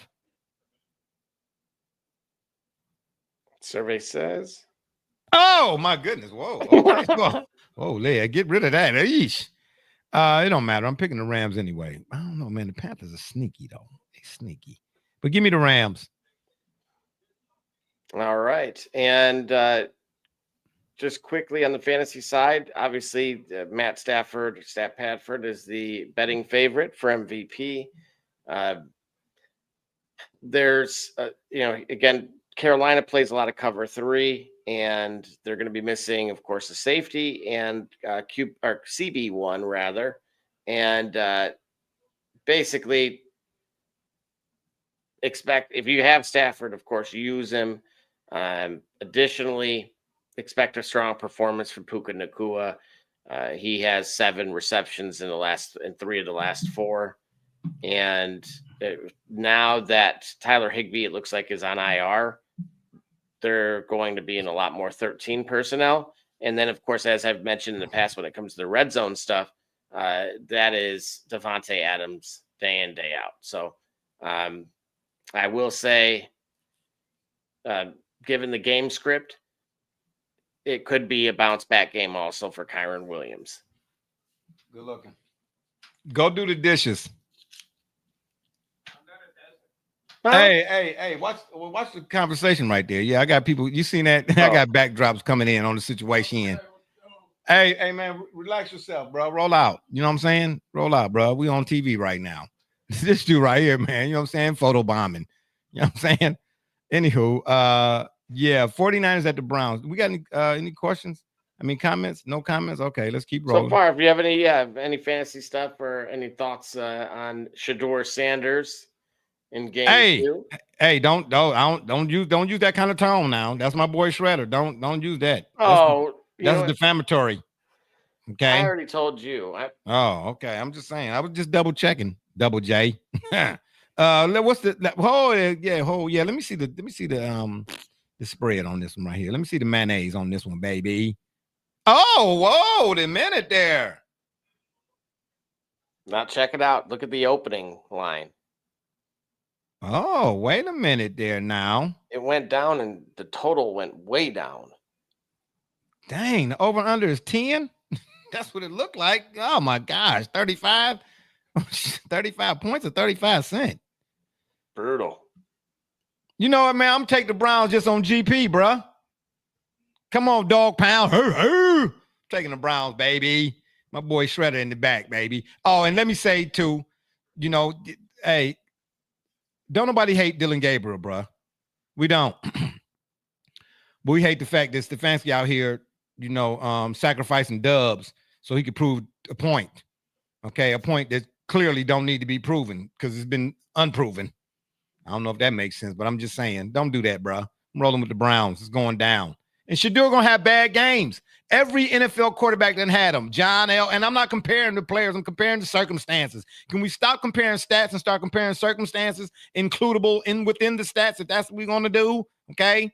It's not just numbers by themselves. Okay. What type of, you can't tell me this guy was better than that guy when that guy didn't have to face Lawrence Taylor, for instance. You know what I'm saying? Give me the Browns anyway. It's going down, baby. Shador. I'll let you, boy. Fantasy starters and sit-ems? Yeah, I mean, I'm going to, for the most part, try to tell everybody to stay away a little bit because of the weather. Obviously, here's a kind of a weather. Man, don't do that. No, it's supposed to be wind gusts at like 35 miles an hour. Yeah, okay, and? Well, that's not the case for every other team in the league. Well, okay, but we're not talking about every other team. See, this is what happened when you get a dome. See, y'all got Ford Field up there, and y'all done got little, you know what I'm saying? Yeah, right, exactly. Little spoiled. Okay. Yeah, you can sit, Exactly. You can take your shirt off and all of that. Yeah. Yeah, exactly. You can run across the field, as a streaker. Like, okay. Well, I can't even say that's a thing because they've done that in Cleveland too. And Bottlegate. Look it up now. Bruh. I will say this, Judkins, good play here. San Francisco's run defense ranks in the bottom 3 over the last month. Front 7's been really hurt, based on literally injury. And of course, he's averaging 18 attempts per game. And with the weather, I think maybe he could break one. Yeah, this is going to come down to CMC and the Browns defense. And out of respect for 12, I'm not showing that EPA chart. So yeah, don't. Texans at the Colts. This is a big game, bro. Mm-hmm. Despite the records. See, that's almost like rankings. If you look at the Texans and the Colts records, most people would be inclined to pick the Colts, right? If you're just going off the records. But we know this is the AFC South game, right? Okay. And it's got magnitude all over it. That ain't got nothing to do with whose record is what one loss coming in. Okay. This is that DeMeco Ryans defense against the Colts, still most likely number 1 rushing offense. Jonathan Taylor, bro. You know what I'm saying? What is Danny Dimes? Is Danny Dimes still Danny Dimes, or he go back? He went back to Clark Kent? Excuse me, Daniel Jones. Well, I mean, to your point, again, the implied totals kind of indicate that, and more importantly, hang on, I'll start here. Daniel Jones has some kind of fracture in his fibula. Oh, dag nabbit it. So I already say proceed with caution. Of course, the Texans defense in itself is, they have Will Anderson and Danielle Hunter. So who they got in the secondary though? What's that? Who they got somebody in the secondary? Yeah, they have Stingley. Yeah, and Lassiter. Absolutely. Oh man. Oh my gosh, man. That's why I'm saying, even at I have shares of Pittman and Pittman Jr. that is, and I may or may not. I don't think I'm going to play him this week. Okay, so I just want to see, just for its and giggles. Let me see what's the spread. One quick advantage though, for it's not all doom and gloom for the Colts. Yeah, okay. I already know who I'm picking. Yeah, I know who I'm picking. I'm surprised that over under is 40. And Stroud will be back. Yeah, give me the Texans. Before you even said Stroud will be back, give me the Texans. All right. Did you give us fantasy starters and sit-ems? Yeah, you did, right? Yeah, like I said, this is one of those tough games, man. I would say even Houston plays a lot of zone, right? So it's more of a schematic upgrade for for Tyler Warren, rather. And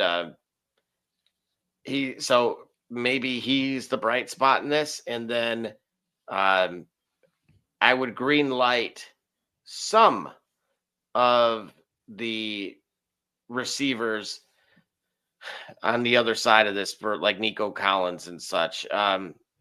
Obviously Sauce Gardner is just getting acclimated because they were literally 32nd in pass rush win rate and 21st in pressure rate. So if these guys have enough time, no matter how good the corners are, you can exploit them a little bit.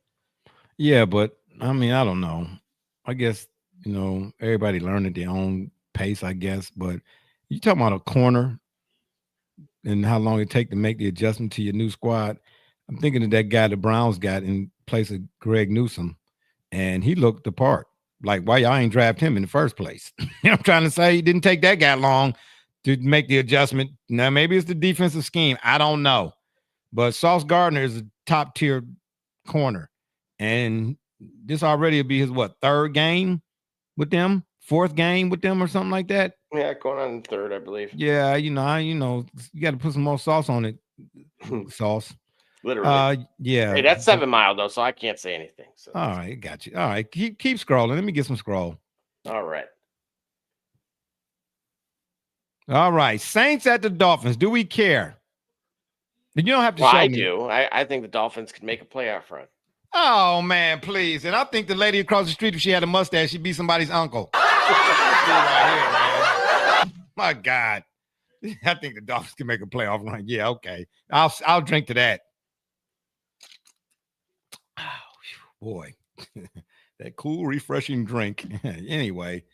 Yeah, you think the Dolphins can make the playoffs. Yeah. Okay. To turn the ball over. Yeah. I mean, I would take them in this game against the Saints. Make a playoff run. Yeah, right. Whoopie-doo. Absolutely not. Give me the Dolphins and give us your starters and sit-ems. All right. And similarly for this game, Devin Neal against the Dolphins looks like a good start. He's obviously coming in for Alvin Kamara, and I will say proceed with caution, though, because likely you'll see Taysom Hill potentially being a little bit of a touchdown vulture. So if you're, again, you can exploit that they have him listed at, QB tight end, especially in deeper formats. But if Olave does play, because he has a back injury, he would be an additional flex play to consider. But if not, otherwise, of course, the running back for Miami, of course, getting 90 plus yards over the last, per game. To my Achane. Yeah. Oh yeah. Yeah. He'll a beast, man. And it looks like they're getting their right tackle back, who's been gone since week 1. Ooh. Well, let me say this and then say that. Mm-hmm. I don't care. We were just having this conversation in the locker room at the job the other day. Like, what's more important in the NFL to an NFL team? We're talking about Joe Burrow and what he looked like against the Ravens. The quarterback or the offensive line? Because you definitely, it's a quarterback-driven league, but ask Patrick Mahomes and Joe Burrow what it's like. Now, we talking about right now, if the Hall of Fame and the ceremonies and stuff vote was held today, they both be in. Mm-hmm. Ask both of them guys what it's like not having a decent O-line in front of them. Okay, we talking about if not Joe Burrow, Mahomes is in the same conversation as Montana and Brady. Can we agree with that? And in a couple of Super Bowls, he got him to, he took a whooping because his O-line was bad. So which one is more important? Because if you got a franchise quarterback, you got to have an offensive line, bro. Period. You know what I mean? You spend the money on wide receivers, and Jamar Chase is the true truth. No question about it. But, you know what I mean? If you can't get the ball to him and got the time to, what good is it? I'm just saying, bro. Falcons at the Jets. Hold on. Eeny, meeny, miny, mo, catcher. I'm going to go with the Falcons. I had eeny, meeny, miny, baby. Let me get the Falcons right there. And your startums and sit-ems. You got to pick the Falcons, man. Don't leave me hanging out to dry cleaners. Thank you. My gosh. This guy here. Yeah, I'll go Bijan Robinson for sure. I'll go Grey Poupon. And, again, a lot of running backs have had really good games over the last month or so since they traded Quinnen Williams. And hey, speaking of that, are the Cowboys better defensively without Micah Parsons? over the last month they've been. Okay. Because who saw that coming? Well, we'll get to that game, huh? Oh, I got too. Yes, I knock. I'm just saying. And I would say John Mechie, former Houston Texan, is because Tyrod Taylor has to throw the ball 50 times. Somebody benefits from that, especially in PPR format. So John Mechie is somebody I would consider also. I don't even think people really play standards like that anymore. Standards is a rarity. Oh yeah, PPR is the way to go. Give me the Buccaneers. I don't even care what the spread look like. Give me the Bucks. Really? I don't care. All right. Yeah. You didn't give me your starters and sit-ems though. You got to give us some fanny. Who would you start? Who would you sit? Similarly, it'll be interesting. Again, Jacoby Brissett is a start for me. Michael Wilson is a start for me. It'll be interesting to see if Marvin Harrison does come back. If he doesn't, then I even like Greg Dortch. That worked out for everybody last week. And Trey McBride, been on fire since week 6, averaging 23 fantasy points per game and 70 yards in 5 of the last 6. Yeah, he underrated as a tight end, bro. Oh, absolutely. Yeah, I like him as a tight end. And I like him better with Brissett than I do with Kyler Murray. Just saying. No, I can't disagree with that anymore. I'm just saying. Okay. Jaguars at the Titans. Well, we know the Titans will be back at the top of the draft next year. We know that already, right? Unfortunately. Jaguars are iffy. 7-4 is solid, but I don't trust it or them on most days or nights. But in this case, give me the Jaguars. I'll take the Jaguars.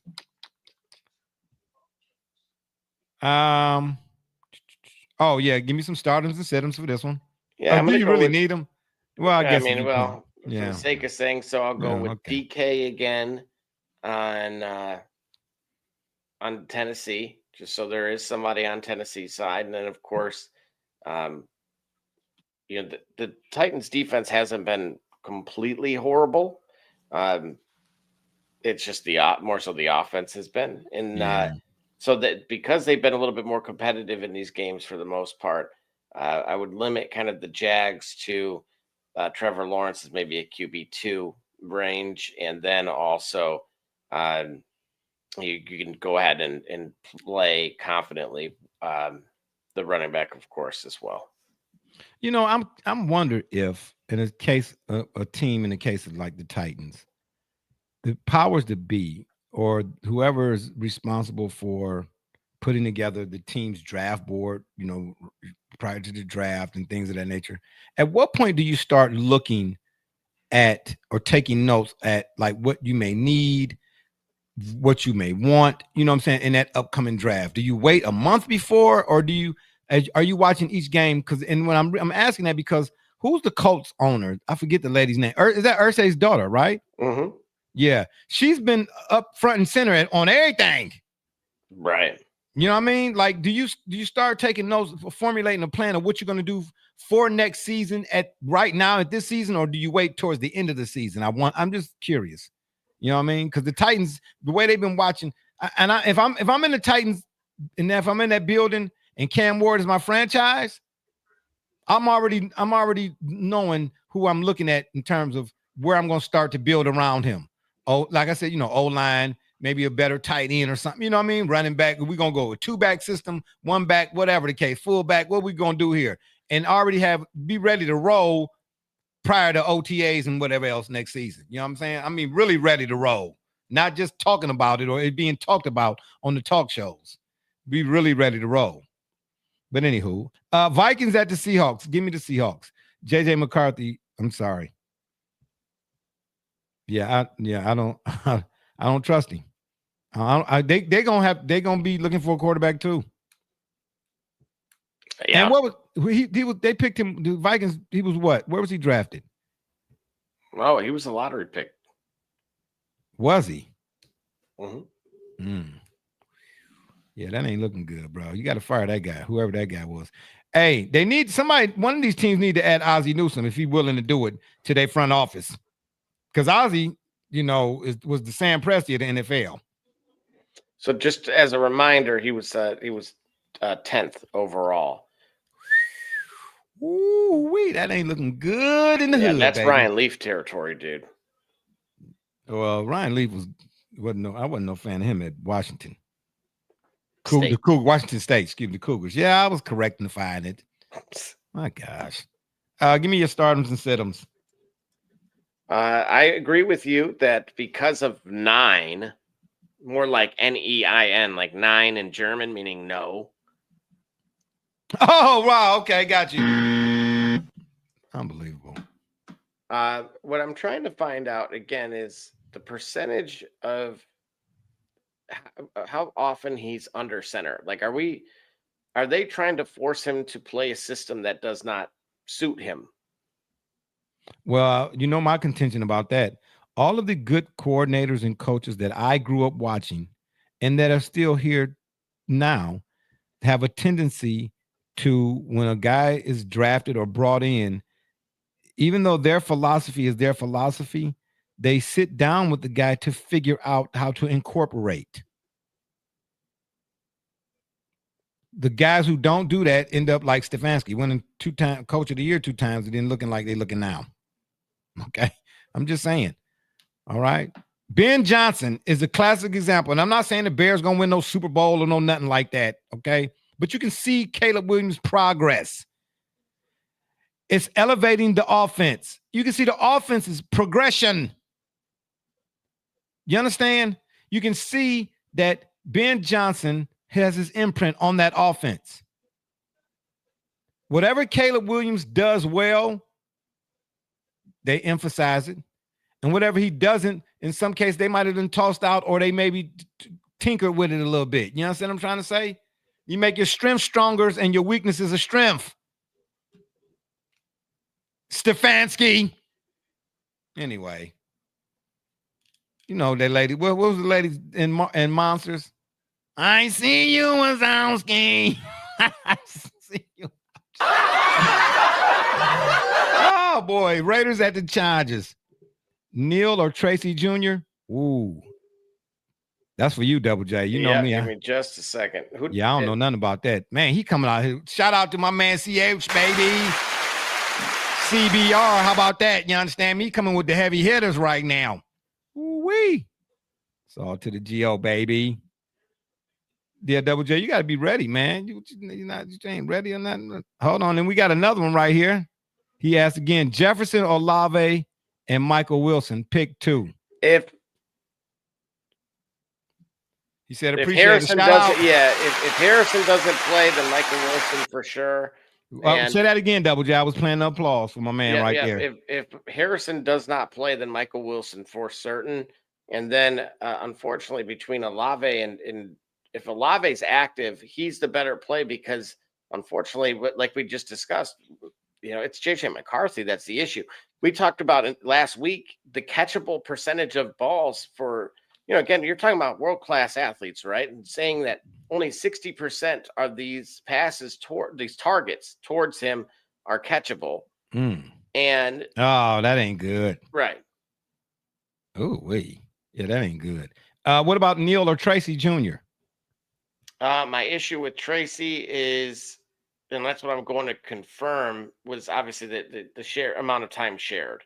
And then looking at my own rankings here.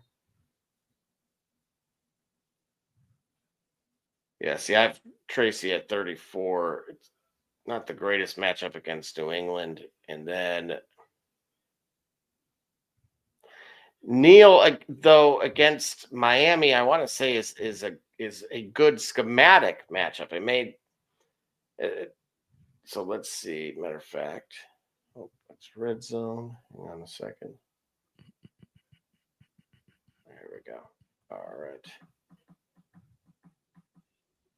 Yeah, usually Gully and Double J when Gully is here, him and Double J, they really tackle all your fantasy starters and sit-ems. I'm kind of out the loop. You know what I mean? I ain't played fantasy football since me and Abraham Lincoln was in high school. I'm just saying.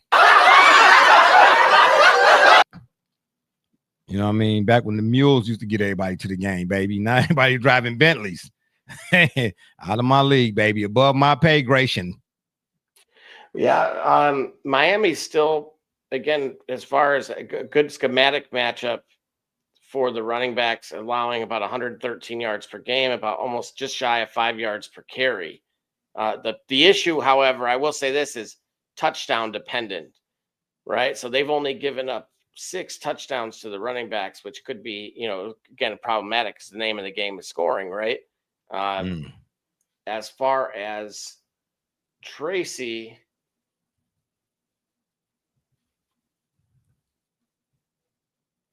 hold that thought, Double J. We're going to take another break. When we come back, he's going to give you the Tracy update, so to speak, and we're going to keep rolling with our NFL Pick'ems Week 13. Settle down, baby. Settle down. This is Josh Cribbs, 3-time NFL Pro Bowler, all-decade return specialist. You're listening to the Shop Report. Cleo Miller, former Cleveland Browns, and you're listening to the Shop Report. Hi, this is Dick Ambrose. You're listening to the Shop Report, and go Brown. Hey, this is the top dog, Hanford Dixon. Listen to the Shop Report. This is Ernest Biner, and you are listening to the Shop Report. Hey everybody, Jimmy Has from Cleveland Browns, and I can tell you my favorite podcast is the Shop Report.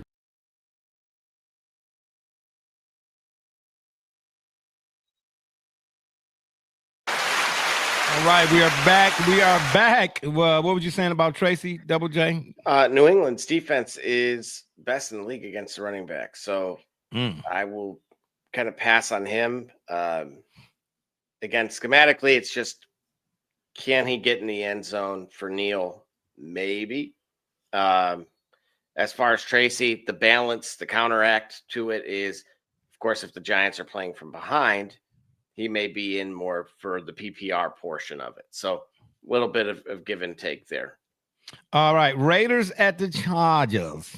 Like Arnold Terminator once said, let's go Chargers. Give me the Chargers. Just saying. I said all that to say, give me the Chargers. Your starters and sit-ems in that one? Yeah. Pretty simple here. I don't really like anybody except for the running back. We'll go Janty, and we'll go ahead and plug in Brock Bowers there as well. And the issue here is with the Chargers, they're number 3 in lowest drop back success rate. So, again, I'm going to play those two in particular. But then, of course, we've seen the opposing team's quarterbacks have a good day. So I expect Justin Herbert to have a good day, and potentially Keenan Allen as well. And then, of course, they're delaying Amari and Hampton. So Kamani Vidal hopefully can finish with a good one, because the Raiders run defense kind of right in the middle of the pack there. Bills at the Steelers.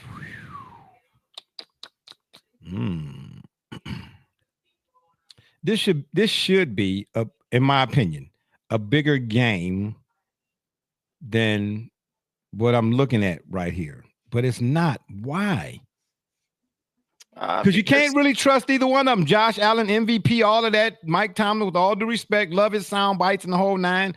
They ain't the Kenyon Martin variety. But I'm just saying, in the records right now, they like, yeah. This is why I think Miami can literally make a run. I'm not as crazy as it sounds, but the Bills also just ruled out both Deion Dawkins and the left tackle and right tackle, and their linebacker. And then for, of course, Curtis Samuel, just to put a metaphorical cherry on top. And as a reminder, Josh Allen was sacked 8 times last week. So but then on the Steelers side of the ball, Aaron Rodgers is still dealing with a torn pancreas or something like that, ain't he? Man, I'm just saying. You know what I mean? I thought you were going somewhere else. Yeah, I'm just saying. Yeah, whatever. Okay, got you. Give me the Steelers though. But I am curious before you. Yeah, give me the Steelers. But I do want to see what the line is. Excuse me. What's the line? But I'm taking the Steelers no matter what. Oh. Oh. Yeah, your guys are your pick rather is the underdog here. Yeah, give me the Steelers, man. I don't know. Even still, despite the inconsistencies, the Steelers are at home, man. They tough out at home, regardless of what they're looking like. So I'm not surprised at the 3, but I thought it might be going in favor of the Bills. You get what I'm trying to say? Mm-hmm. That is right. The Bills are getting 3, right? Didn't we look at that right? No, they're -3. That's right. Yeah. Okay. All right. Now give me the Steelers. Who are your starters and sit-ems? Start Jaylen Warren. Right away. The Bills' run defense is awful. They're 31st, and they've been fantastic, allowing the second most yards per carry to the opposing running back. So, absolutely. And that's the Steelers' MO, right? At least historically. And it may have to be with what you said because of the ripped P word for Aaron Rodgers that you used. Yeah. Wow. Yeah. I will say this on the Josh Allen side of things, it's a nightmare. I keep saying, guys, play Khalil Shakir. And I don't even want to say it, even though Pittsburgh moved Jalen Ramsey to safety. And so the slot's kind of been killing them the last 3 weeks or so since they started doing that. Yeah, but Ramsey, I don't know, maybe the injuries and took a toll or something. But he should have moved him to safety for real. Yeah, and here's the thing, his sack rate for Josh Allen's up to almost 8%, which is 3x of where it was a year ago. Okay, so that right away, you just said it a minute ago about Burrow and some of these other guys, right? So I can't confidently say okay, he's missing Dalton Kincaid, right? So one of his release valves, and Kincaid is out for the season, isn't he? At least for another game because it was his hamstring. So even then, when he comes back, what are you? Yeah, you're not going to get 100%. Not with no hammies. Right. They've had the constant issues with Keon Coleman, typical Michigan State product. Hey, oh wow, that was so nice. Hey, it wasn't me, Miss A. So hey, all right. You're a glutton for couch detail, ain't you? But that's on you, buddy. I'm kind of surprised at him though, man. When he first hit the scene, man, it just the way he talked in his pressers or whatnot. I'm like, man, this kid gets it, man. But it's like, I don't know, man. The NFL is a whole different animal than it is college, bro. It's a whole different animal because you realize real quick, bro. Them grown men out there, okay. And what I said last week still applies. Now I keep saying it. No, in no other sport that we consider sport for the most part, can you say every down or every time out is like combat? And we know literally combat. So, bro, some of them cats didn't make it home. Shout out and salute again. I'm just saying, bro. Okay, the only other sport y'all might not think it's a sport, but I do. Like professional bull riding, boxing. I mean, you get a human being body, live person on a 900-pound bull with horns the size of Texas. Okay, hook them. I'm just saying, hook them. All right. Well, and again, kind of not to beat a dead horse here, but Josh Allen, the Steelers in particular, their defense is the number 1 fastest time to pressure and the number 2 fastest time to sack rate in the league. Oh man. Well, yeah, and then they're gonna be spying. So they're gonna have a spy. If you're putting something together, the double J play of the day is give me a TJ Watt sack or 2, and we'll see. Yeah. Broncos at the Commanders. Give me the Broncos. I wonder, out of all the teams that are like playoff contenders right now, other than the Patriots might be at the top, like who's playing the best right now? The Broncos got to be somewhere. If they're not right behind them, they're number 3 at least. I don't know where you would go to find that. You know what I'm trying to say? But They playing the best, right? You know, they say you want to be playing your best ball heading towards the playoffs type of deal. You know what I'm trying to say? Like who's on the upswing, and the Broncos definitely are. How they keep getting it done? I mean, well, the defense is solid too, though. That defense, woo-wee. As a unit, they get it done. They tackle well too, very, very well. But I'm on the offensive side of the ball, man. Bo Nix, and then they lost J.K. Didn't J.K. Dobbins? Didn't they lose J.K. for the season? Mm-hmm. I don't know. We'll see. But yeah, give me the Broncos. Who your stardoms and situms? Yeah, it should be a good one. I'm going to say on the Denver side, definitely Bo Nix, and potentially I would go with Troy Franklin and also Courtland Sutton. I think obviously Washington's still a little banged up and should be able to take advantage of it, like we saw Seattle do. Yeah, who your stardoms and situms? Troy Franklin. Bo Nix. Oh, my bad. Okay, yeah. That's okay. Got you. The Giants at the Patriots. Give me the Patriots. I don't even need to see the spread. Because I'm telling you, the Patriots got their test last week a little bit. They struggled early in that game. Don't save it yet. Oh well, you can, but I still want to talk about the Lions and the Packers, even though them games are already played on your gobble day.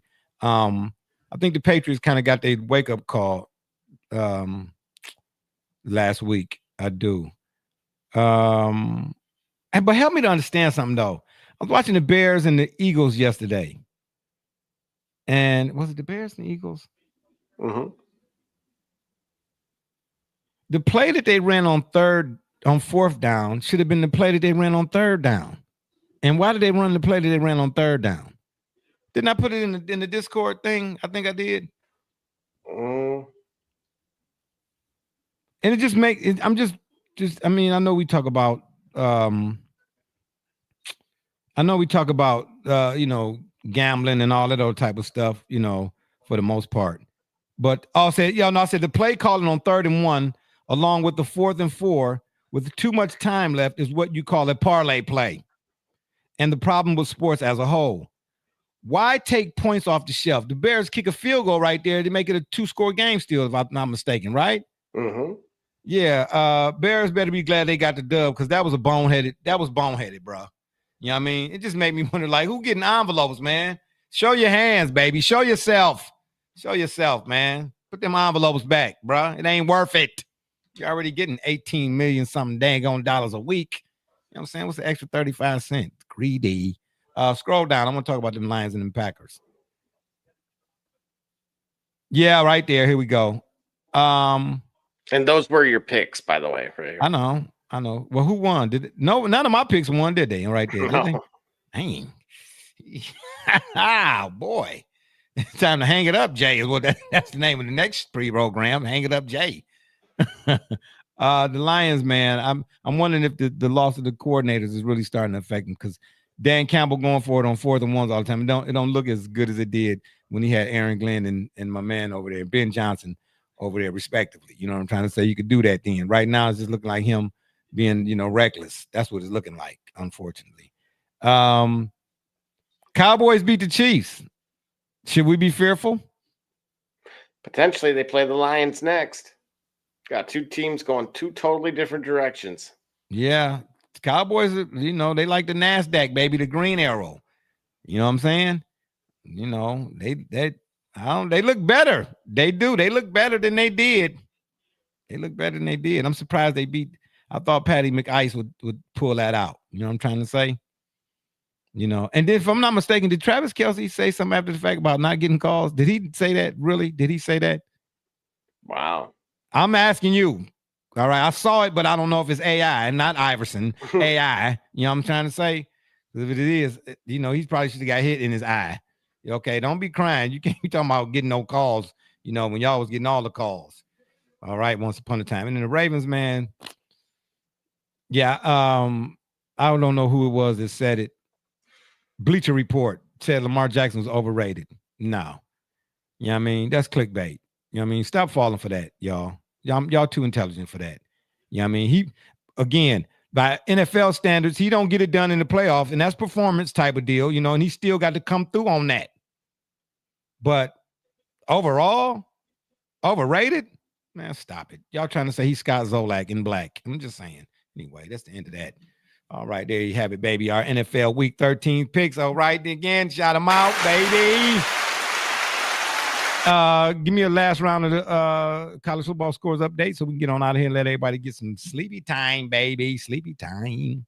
You bet. Notre Dame is taking care of business for Stanford 21-0 early in the second. Oh, Stanford, do they still got a team? I didn't know they still had a team. Who's down there? Who's coaching? Andrew Luck? Yeah, okay. I actually think they hired a different coach mid-season. Okay. Auburn was not victorious. Alabama did hang on 27-20. Ooh, the Iron Bowl, baby. Yeah. And then, of course, Texas Tech had won 49-0. And BYU won 41-21 over UCF. Hey, I'm telling you right now, BYU, Texas Tech, right? In the championship game? Mm-hmm. I'm taking Texas Tech all day, every day. Then putting it out here now. That's right. Breaking news, baby. Your boy, Jay, who is terrible on any type of picks, is picking Texas Tech. I'm picking Texas Tech. You know what I'm trying to say? You know me. I live life on the edge, baby. You know what I'm trying to say? Yes, right. I jump out the plane at 48,000 feet. No parachute or no shoes or socks, baby. I'm just saying. That's me. Okay, then, right? And on that note, I leave you with this quote. Your credit score may say you can afford to buy a house, but does your net pay say you can afford to maintain one? I'm just saying. You want me to read it again? Your credit score may say you can afford to buy a house, but does your net pay say you can afford to maintain one? It's been fun. We got to run. Don't forget to check us out at 9:30 on the Saturdays. Anyway, you know, till I don't know, the start fantasy starting the Siddums and the turnbuckle come back. 9:30 is what we're gonna do, is where we're gonna be right here on the PM side, or should I say Facebook, Twitter, Instagram, the shop's fan page, and of course YouTube. And make sure when you're over at the tube, please hit that subscribe button. We'd be much obliged. And if that don't work, you can Google it. For my dudes, B Rich, Double J, D Gully, and all those who follow and support us, we say thank you. Barbershop J, you've been listening to the Shop Report. And remember, the next time y'all want to know what's really going on, man, come to the shop. Walk-ins are always welcome. Holla!